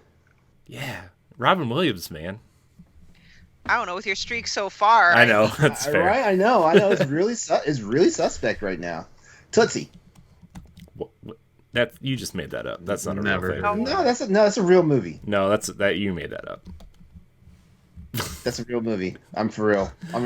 That's a real movie. It's not porn either. It's a real movie. I bet there is a porn also called Tootsie. The Naked Gun. I already said that. She already said Oh, you that. did? I said, I missed it. I'm sorry. oh man. Nope, that's a horror movie. I know he hasn't seen that. I already said that one. I'm running out of movies I can think of right now. Even think of like recent ones I probably haven't seen too. So. How about Collateral Damage? No. Nope. Shoot. Now I'm looking at lists of movies now. Yeah. Oh man, I feel like I just disappointed everybody who. No. Actually, no. This is entertaining. Honestly. Deep Impact. Ooh. No. Flashdance. No. Big Daddy. Yes. Good one. Come on. The Color Purple. No. I knew it. I knew that was a no. I had to throw it at you though. 3 Men and a Baby. No. Okay, this next one you got to get this one. This next one, Uh-oh. Tom Hanks movie, Big. No. Castaway. No. Ghost. No. Okay, maybe you are starting to disappoint me now. I'm sorry. Pokemon, the first movie. No. Yeah. Oh my god! What? What? I'm shocked. You haven't even seen a Nintendo movie? No. Oh, speaking of, I did- what was it? I did What was see that the movie? original Mario Brothers movie. Does that count? What, Oh, yeah. what was that movie that? Unfortunately. What was that movie that introduced Super Mario 3 to the world? What was that movie called? Oh, the Wizard? The Mr. Wizard. You see that one? No. Damn. But he knows. Oh, how about Shawshank Redemption? No. Sister Act. Bruce Almighty. No. The Sandlot. Yeah, I hate The Sandlot. I hate that movie. Well, at least you saw it. I did. So, A Christmas Story. I hate The Christmas Story too. Oh, me too. The Dark Crystal. I love The Dark Crystal. Yes, I've Okay, seen it. cool. Never Ending Story. Yeah, if it has Jim Henson in the title, I've probably seen it. Okay. All right. The Secret of Nim. No, Don Bluth though. Don Bluth left Disney to create that movie though. Charlotte's Web. I don't think so. Babe. Babe. Like, good one. like the pig movie? Yeah. Yeah. I have, but it was a long time ago. Edward Scissorhands. Part of it. The only scene I remember from that movie is when he poked a hole in the waterbed and it started spraying everywhere, and it only sticks in my mind because we were sitting on my aunt's waterbed while we were watching it, and then we stopped watching it. Okay, Hocus Pocus. No. Weird Science. Nope. Wow. Groundhog Day. Nope. What? Pulp Fiction. Nope. I've only seen Fight like Club. three. I've only seen like 3 Quentin Tarantino movies. Okay. The Wedding Singer. Nope. I'm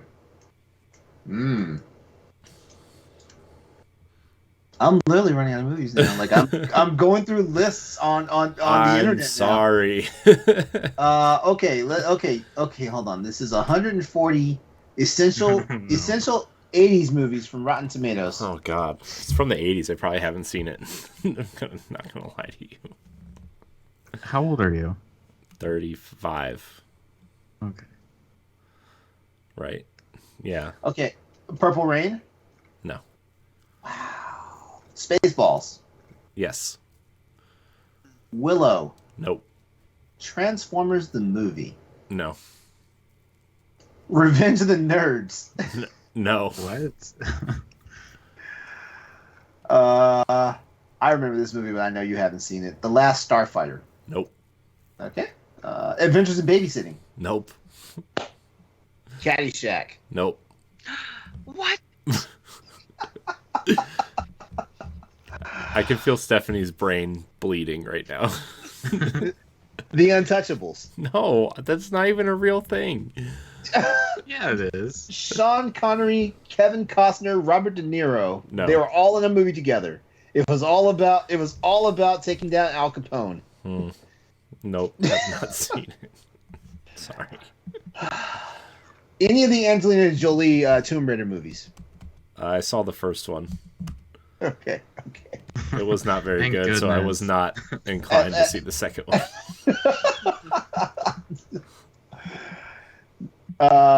Okay. Have you seen any of the current Star Trek movies? The J.J. Abrams movies. I watched the first one, and I really liked it, and then I didn't go see the other ones. Okay, well you can skip the second one. I'll say that. Why? What's wrong with the second one? I don't have time to talk about that. We don't want the podcast to run long. Okay. All right. So everybody,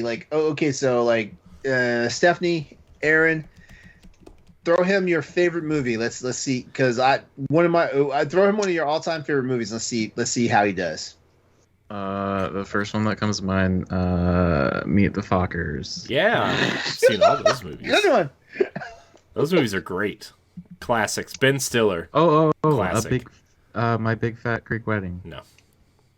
Oh my god. That doesn't sound like a movie you would have seen. It really doesn't. I know that movie, but No. it doesn't sound. My ex-girlfriend was obsessed with that movie, so I just refused to watch it because she watched it like once a week. It was on TV all the time. Back It's so good. So I guess Notting Hill's out the question too. Then. Yeah, no, I've never seen that either. All right, I'll throw you two. Beverly Hills Ninja Nope. and Face Off. Nope. Ooh. Oh man. Come on, John Travolta and Nick Cage. I know the movie. I've just never seen it. Ugh. All right. Well, here's a redemption one then. It's another Nicolas Cage movie. The Rock. Nope. That's one of my all-time favorites. I love that movie. I saw it like the other week. Yeah. Bad Boys. The second one, not the first one. Jesus. Okay, you know what? I'll give you that because I've seen the first one, not the second one. And I haven't seen Bad Boys for Life, which is the third one. Yep. Bring It On. The cheerleading movie? Yeah. Yeah. Yeah, I was at the right age when that movie came out.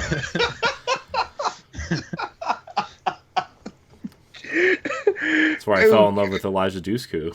So wait. You already said you've watched a couple of the Pitch Perfect movies. I've seen all the Pitch Perfect movies multiple times. Okay. See, we're getting into this territory now. Like it's considered the sketch territory. You're going in my burn book, LeRon. What are you talking about? Like, I helped you write it. What are you talking about? Oh, man. I forgot. Who was our fat whore? It's you, LeRon. Yeah. Like I am like 25 pounds overweight right now. You know, we're pink on Wednesdays. At least I didn't make it out of a hot dog. Are you sure? Your reaction to that animated GIF I sent you the other day, it says otherwise.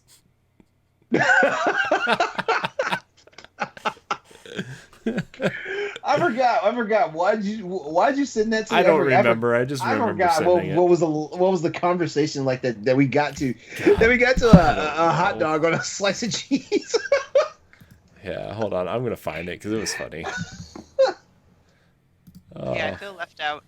You were left out. It was just us talking about a hot dog for some reason. Oh, okay. I said something about the Crossroads logo being improved for the store, and you said if it wasn't considered gay, I would kiss you. I said I mean whatever you want to do. It's still straight though, and you said, take the compliment, stop making it weird, and then I sent you the hot dog on a slice of cheese.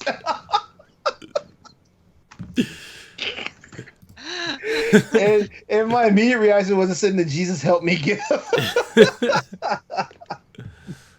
And then I said, I'm sorry, I'm in a good mood today. That was it. Okay, are we ready for my topic now? Yeah. Yeah. Jesus Christ. This show always devolves by the time we get into the second hour. It always devolves. I know. It's okay. Okay. All right, so pulling it back into the video game realm. All right, this is a serious question for you guys, especially as we get closer to the end of the year and we've seen all the scandals and stuff that have been happening and things like that.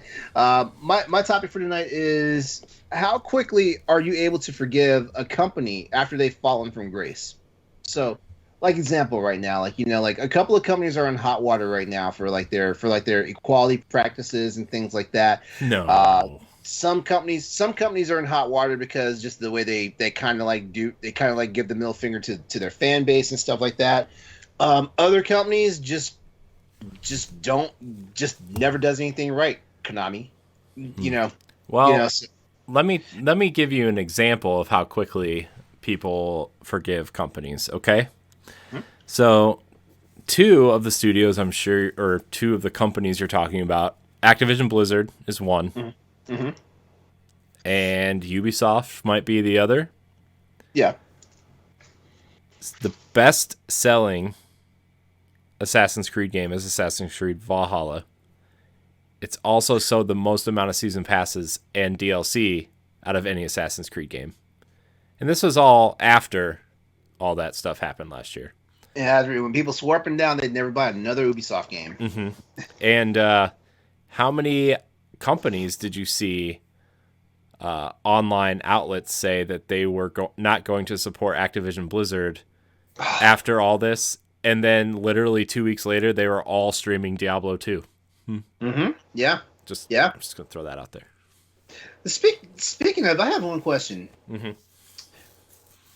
Because this didn't sit right with me when I read it over the weekend. Why did Nintendo even have to put their 2 cents into this? Because Crash Team Racing sold best on Switch, and Crash Bandicoot sells well, and Tony Hawk sells well.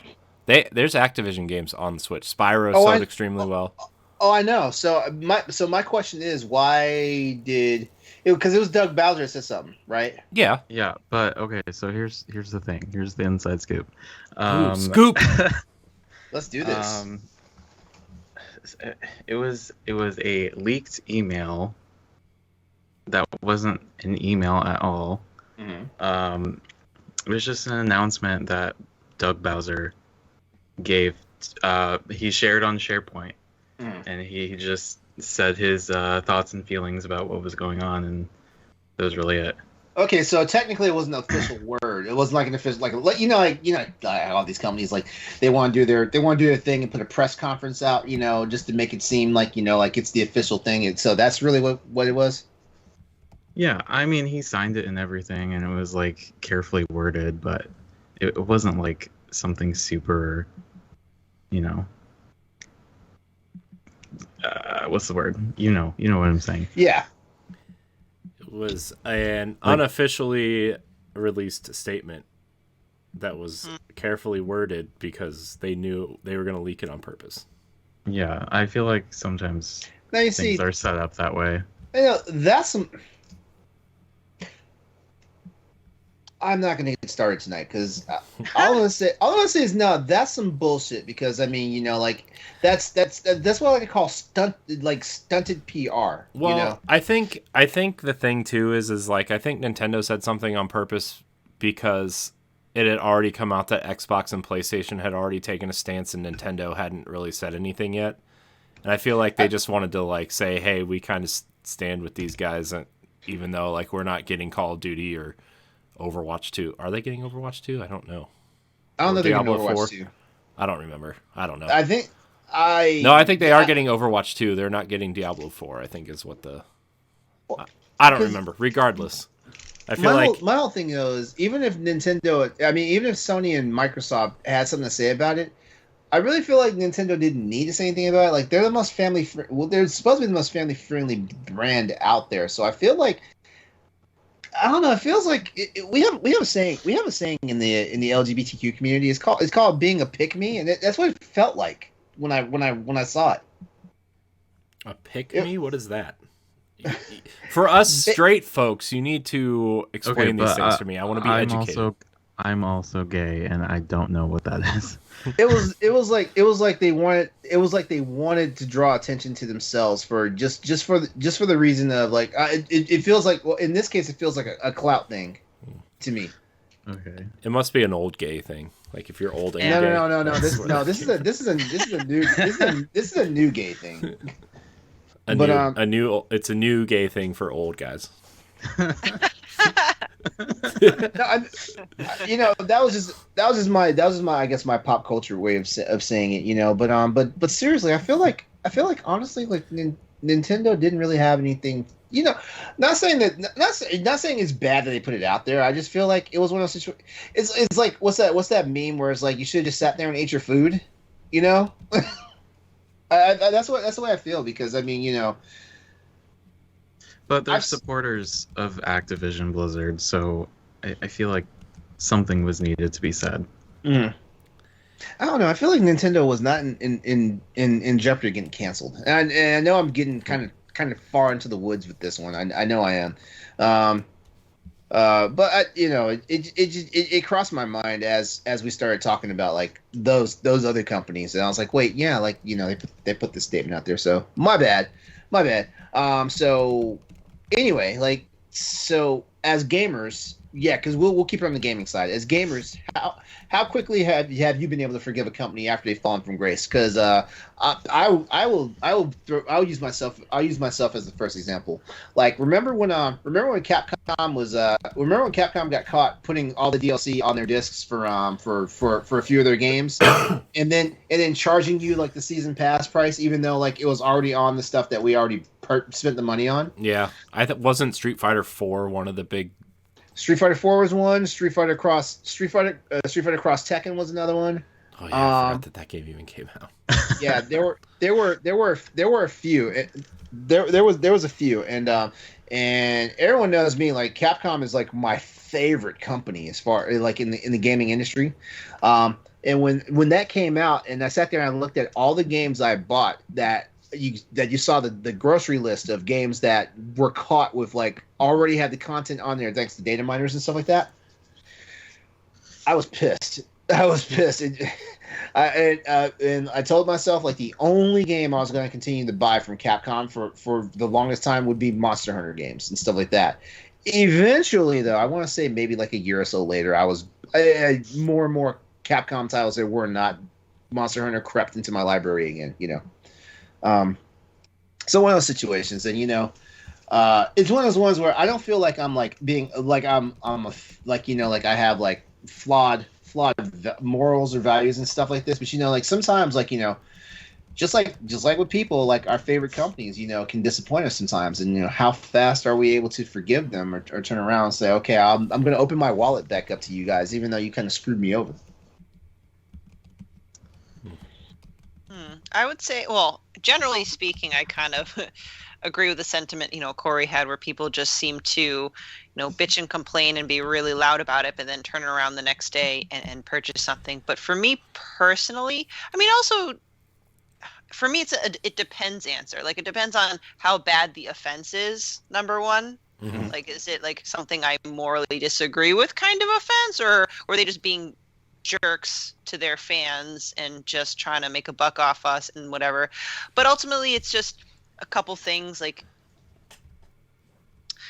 I'll try not to be like openly complain on social media, and I'm trying to think, I don't know, I feel that, and this is generally speaking, because it really, again, it depends. If the company acknowledges their error or mistake or action is being taken to rectify whatever issue they caused, I would be more inclined to forgive more quickly than not. Because also I want to think about that there are several, like many developers that work for whatever game company, and they deserve to be supported, even though maybe the company as a whole might have done something pretty scummy.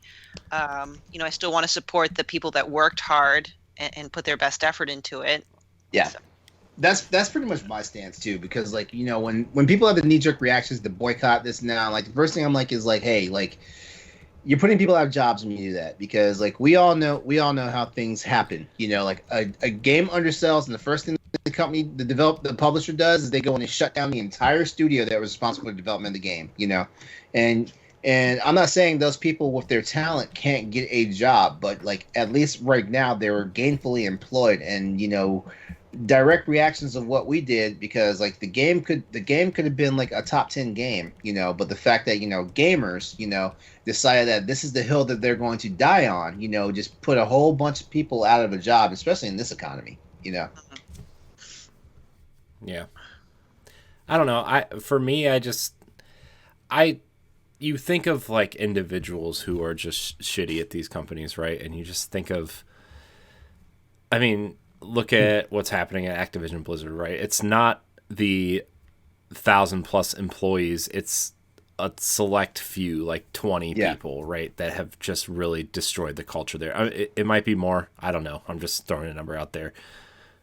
But like that ruins the name of the whole company. Well, there are hardworking people that still work there, right? Like building games that people want to enjoy, and obviously absorbing Vicarious Visions, like that was kind of heartbreaking, right? Like after they put out that great Tony Hawk game and Crash Trilogy and stuff like that, was like they did such a good job on those things, and just to get absorbed, like that was really heartbreaking. And obviously Jen O'Neill like leaving after 2 months of being in charge there because of they continue to not treat women the same as men there, right? And that's the kind of things that you need to look at, right? Like, okay, if it was just like one terrible person, right, you can probably get over that, right? Like, but as more and more of this Activision Blizzard stuff comes out and the culture there, and like, even though the Bill Cosby room, like that picture that has been floating around came out before Bill Cosby's accusations, it still has that connotation, right? And like everybody still thinks of that, and it's like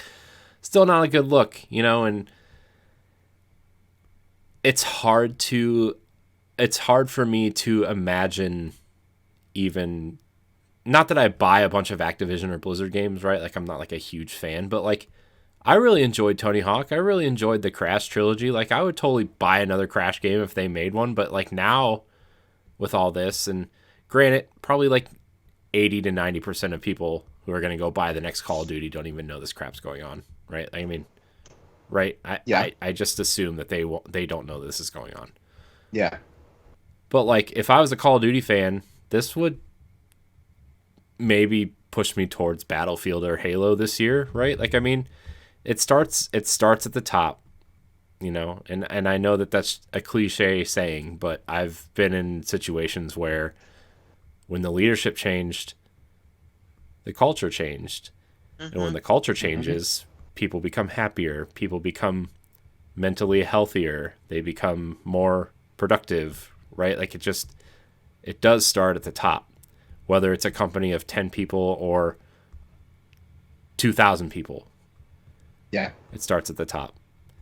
And I don't know that this is exactly where we're going, but I don't think things are going to change at Activision. Even if Bobby Kotick they find he has done nothing wrong, right? Even if they find that, he's tainted now forever because of all this, because of the people under him, and he didn't really do anything about it, even though maybe he didn't do anything himself, which, I mean, some of the things that have come out, he has, but allegedly. I have to say allegedly. Yeah. I don't want to get sued. I'm not paying their lawyer bills for when they get sued. But, like, it's not going to change until he leaves, and I know he's really fighting not to leave, but, like, the culture there, like, things at Activision and the perception of Activision is not going to change until he leaves. So, like, I don't want to support that company if that culture isn't changing. Mm-hmm. I mean, I think we've, at least here, like, we've worked so hard to try to make sure that culture does not exist here. And I encourage everybody to tell me or someone within the leadership team if something is happening, please let us know, because it has happened before. Before all you guys were here, we had a problem with someone that worked with us, and we had to eliminate the issue. And it sucks confronting people. It sucks standing up to people like that, but it's better for everybody if you just cut the cancer out right now, you know? Yeah. It's just better for everyone. Yeah, and I hate to say it, like, you know, it's one thing if you've got leadership that takes responsibility and tries to address things immediately and does right, do right by their employees. But I feel like, you know, what's going on with Activision maybe might have only gone as far as it had, was because it finally got some sort of media recognition on mainstream, basically. Like, usually, I hate to say it, but, you know, news from the gaming world tends not to go on your general national news, and I think this one has. And I hate to say it, but that kind of media and that pressure it helps. It does. Hate to say it, but it does. But the thing is with Activision, when you have like-minded people sitting on your board who are still trying to protect the person that is allegedly, you know, doing whatever and protecting each other, like you said, Stephanie, it's like, well, how do you change that? How do you change that? Like, you know, whatever side you were on with, like, the, not to get super political or anything, but whatever side you were on with the election and whatever, like, we have, like, the United States has a system in place where if you do not like something that's going on, granted, corruption aside, whatever's, you know, all this other House of Cards style shit that probably happens on a daily basis, but, like, theoretically, there's a system in place where if you don't like the way things are going, you're going to be able to vote on it and change it eventually. And, like, there's no system like that for these companies, right? They want to do what's best for the shareholders, what's best for the people who are making them money. And now people are looking at it and it's like, well, Bobby Kotick, before he took his quote unquote minimum wage salary cut, like, he was set to make, like, what, $134 million this year before bonuses or something ridiculous like that. He's the highest paid CEO of any company in the United States, by the way. Oh, I did not know that. I want people to let that sink in before bonuses and stock options and incentives and stuff. I forget what podcast I heard that on, but he is, like, Jesus, did not know that. Yeah. And if they were to let him go, between stock options and severance package and the rest of the salary that he's owed for the rest of the year, which is in his contract that he would make $300 million just to leave the company. God damn. God damn. It's something like $294 million to leave the company. Oh gosh, that. Plus, like, I'm like a benefit. just... Plus a benefits package that he would have, that him and his family would have for the rest of their lives. Like, it's like, well, I would take $300 million to leave. Goodbye. Honestly. You know? Yeah. So, I mean, I think, sorry, go ahead. Oh, I was just going to finish up by saying, like, yeah, the bonus money you make from selling 30 million copies of Call of Duty every year is probably a pretty penny, but, like, man, to not work another day in your life and have $300 million just handed to you. It's like, jeez. For me, I mean, I'm not, like, a fan of Activision Blizzard in general. Like, their games don't speak to me. Last game I bought was Overwatch, and I haven't played that in years. But have you guys heard of Lab Zero? No, what's that? That sounds familiar. They're the developers of Skullgirls. Yes. Yes. So they had a huge controversy with their lead designer and programmer, basically making inappropriate sexual comments and, you know, all that. Basically, it just ended up with them dissolving completely. And I had no idea. Yeah, because that's why Indivisible was delayed. It's because of that whole controversy. Yeah. I remember that now. Yeah. But in the case of Activision, like, the general public, I mean, up until now, wouldn't have known about it unless they did a deep dive or like were in our community. Like most of the people that are buying their games are middle-aged mothers buying Call of Duty for their children who probably shouldn't be playing them anyway. Yeah. Yep. Yeah, I don't know, man. Like it.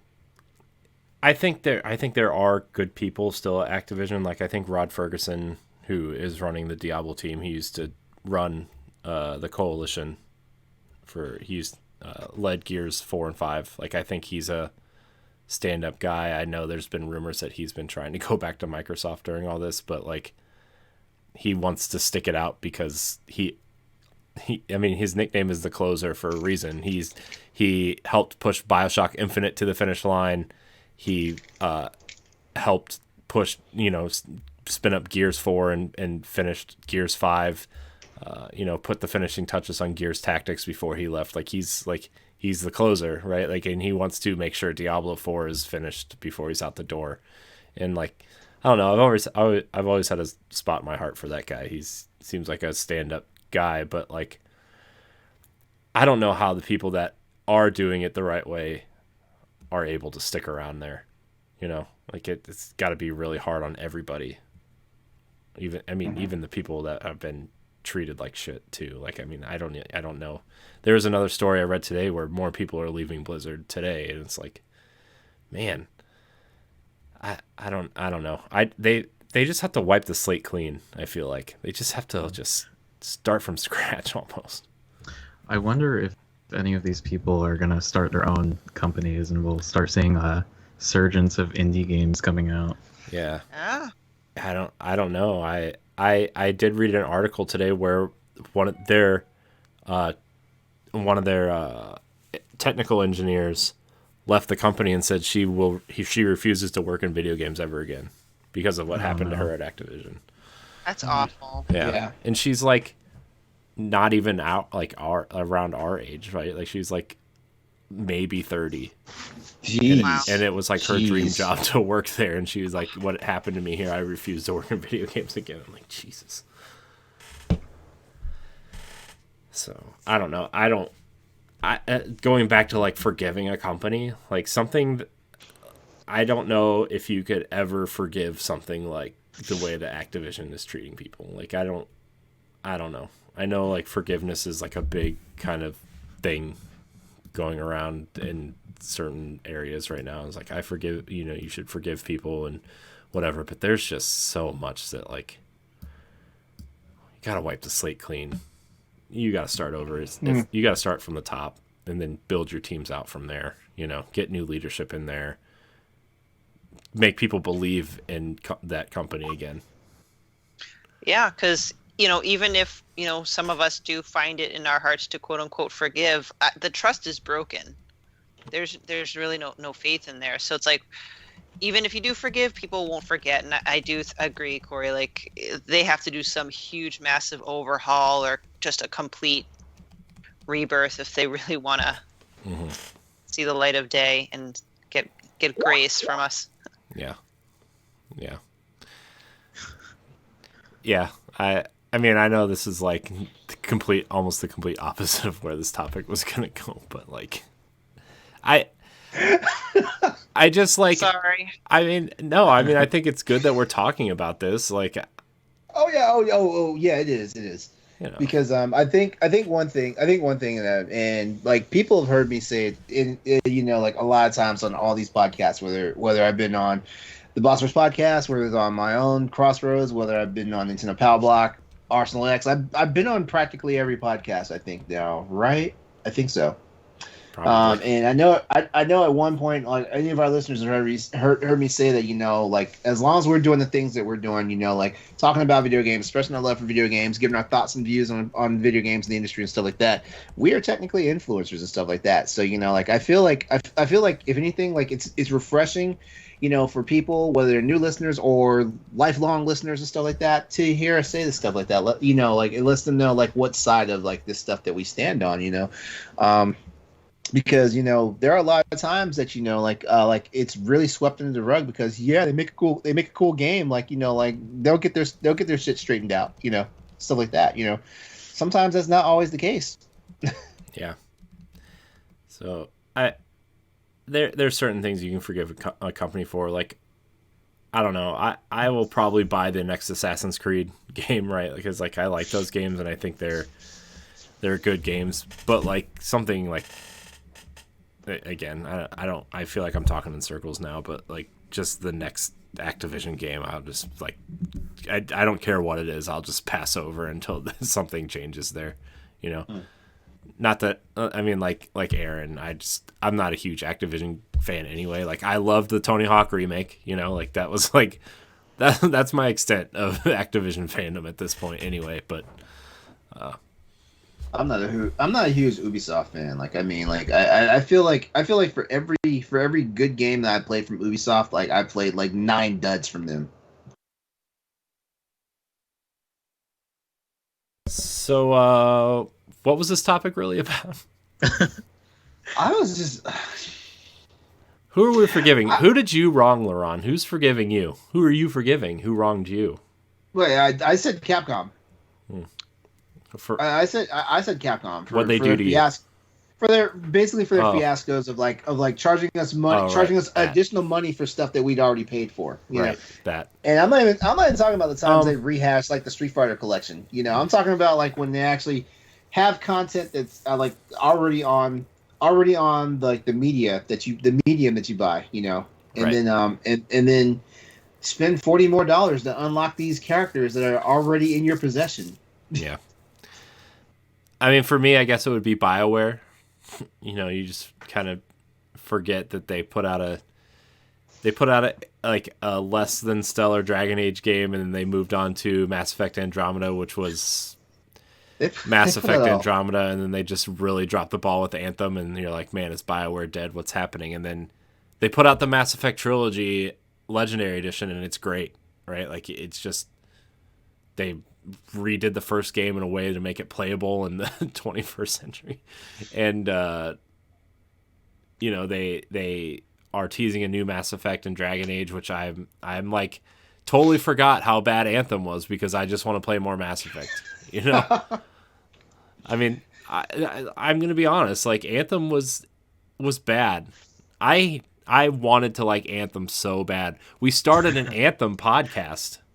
Oh no! At one point, Jesse and I and one of our other friends started an Anthem podcast before Anthem was out because we were like, if we're gonna be big, we need to start before it comes out. And Jesse bought the comics, and like I was reading up on lore, and I was like learning about the lore of Anthem before the game even came out. And then we played for like that first week. We were like, oh man, this game is not good.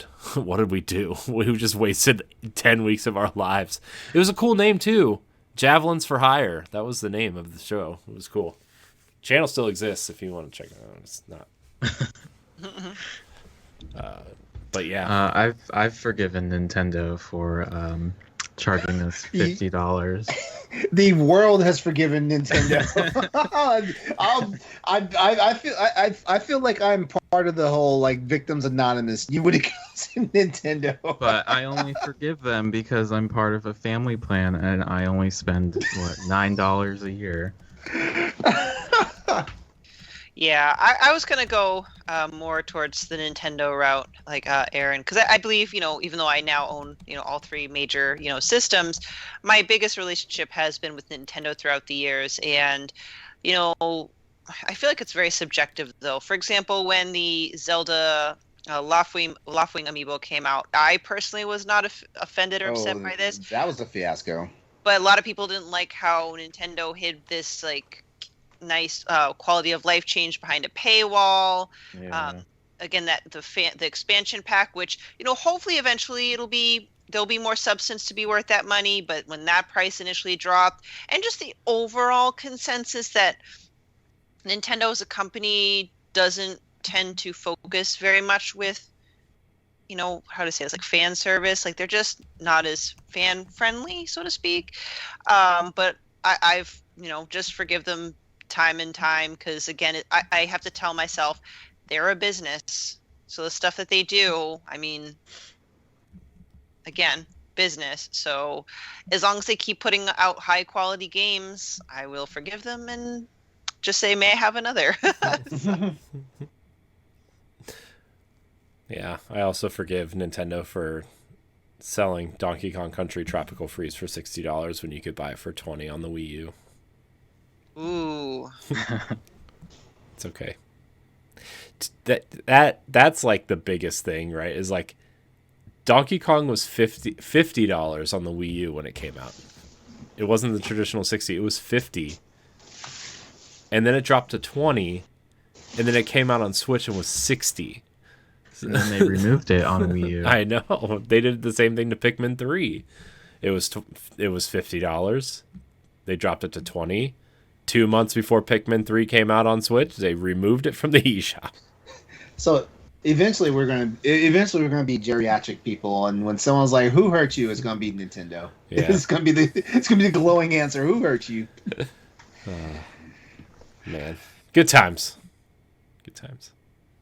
Well, yeah, I feel like my relationship with Nintendo is like being in a bad relationship in general. Like they just treat you poorly, but you just keep coming back to them and say, "This time it'll be better."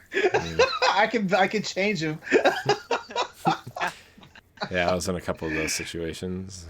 We'll save that, I guess, for another day. Yeah. Hey Corey, at least you know what you're getting when you get in bed with Xbox. At least you know what you're getting. Yeah. They're just giving it to me for $15 a month.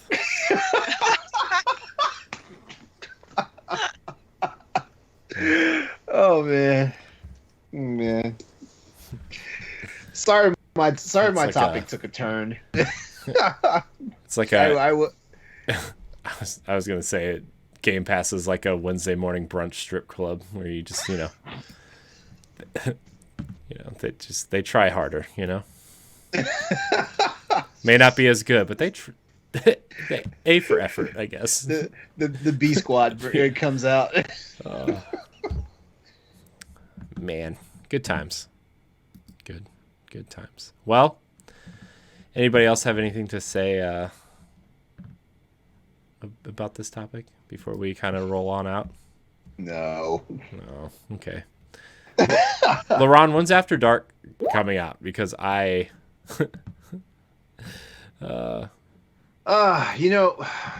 soon. Soon. I've already saw some of the other sub shows from Boss Rush are already doing their thing. Like I've seen the gloating, Corey. I've seen the gloating. What'd I do? You know what you did. No, I didn't do anything. That's not true. I don't gloat. Yeah. That's not me. So soon, I don't know. Come on. We got to get it out before yeah. January. We're launching in January. The date is set. It's already there. Ed and I did 2 expansion packs already. See? There you go. There it is. What? You were gloating about that. I'm not gloating. I've already started prepping. You've been a whole ass tweet about it. All I'm saying is we already started. So, Wait, how much After Dark have you recorded? 0. Because I tried on 4 specific days that I get it rolling, and he didn't want it to be just me. He felt uncomfortable. Oh. Well, you know what? It might just be the two of us. No, I want to be there. This is the Boss Rush. Actually, that's how it should work out. The Boss Rush After Dark should be the Boss Rush podcast group for the very first episode. Yeah, it should. I mean, I feel like, not to get too in the weeds. Sorry, I knew we were gonna wrap this up, but not to get too in the weeds. But like, my idea was like, After Dark would be like the spin-off show from this show, where like us or like a combination of us would be on every episode, and then expansion pack would be like like Nintendo Power Box spin-off show type thing, and then like the other shows would contribute if they wanted to, an episode or two. You know what I mean?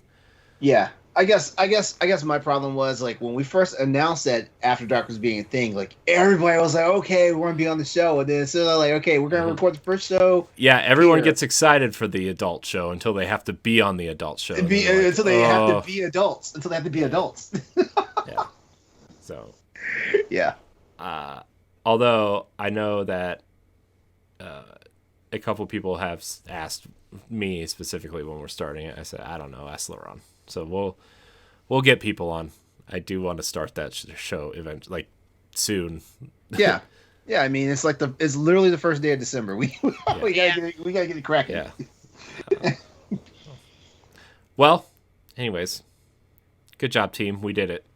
I want to thank everybody for watching and or listening to the Boss Rush podcast. Remember, you can catch it every Monday on your podcast service of choice or on YouTube. Where was I going with that? I don't remember. ... I know. God.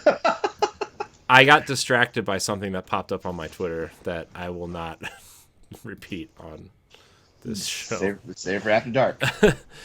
Aaron, thank you for joining us. Thank you for your time. It was a pleasure having you. Thank you. You're welcome back anytime. You want to tell? Thank you for having me. Yes, I will tell them where you can find me. Yeah. Where can you find me? I am on Twitter, trying to not use Facebook, Instagram, mostly Twitter and Instagram. I have a TikTok, but I cannot figure out how to adapt my content to that. So if you want to see cool pictures of toy photography that's mostly like Nintendo related. Ooh, okay, I'm following you right now because that stuff's cool. I mean, you already follow me. Am I? Do I? Yeah, where's this at? Where's this at? Twitter and Instagram. Just literally search my name at Aaron Damigos, AARON DAMIGOS. Well, I know I'm following you on Twitter. I didn't know about the Instagram. I mean, I pretty much cross post. So whatever you, Cool. Stephanie, where can we? You can find me on Twitter, and I think it's the same handle for Instagram, at Klimov, KLIMOV_author. LeRon. All right. Catch me everywhere. Social media, Twitch, YouTube, gaming platforms, gamertag, Exodus 803, EXODUS 803. Pretty much you can find me there. Like, I don't know that crazy ass Switch friend code, so just hell, people found me on Switch through Twitter. So like, yeah, my social media will lead you to my gamer tags. Cool. You can follow me at IamCoreyNHD on Twitter and Instagram. You can find me hosting Arsenal X, the Xbox podcast, here on the Boss Rush Network. Join our Facebook group and our Discord. I've been told that our Discord link does not work on the Twitch chat, which I will fix. Sorry, but you can find it 1,000 other ways, so I'll probably forget as soon as I hang up this call. Go to bossrush.net. Right, I'll remind you. Go to bossrush.net for all of our content, our shows, our banter pieces, all that good stuff. Thank you guys so much for watching, and until next time, we love you. Goodbye. Good night. Have a good night.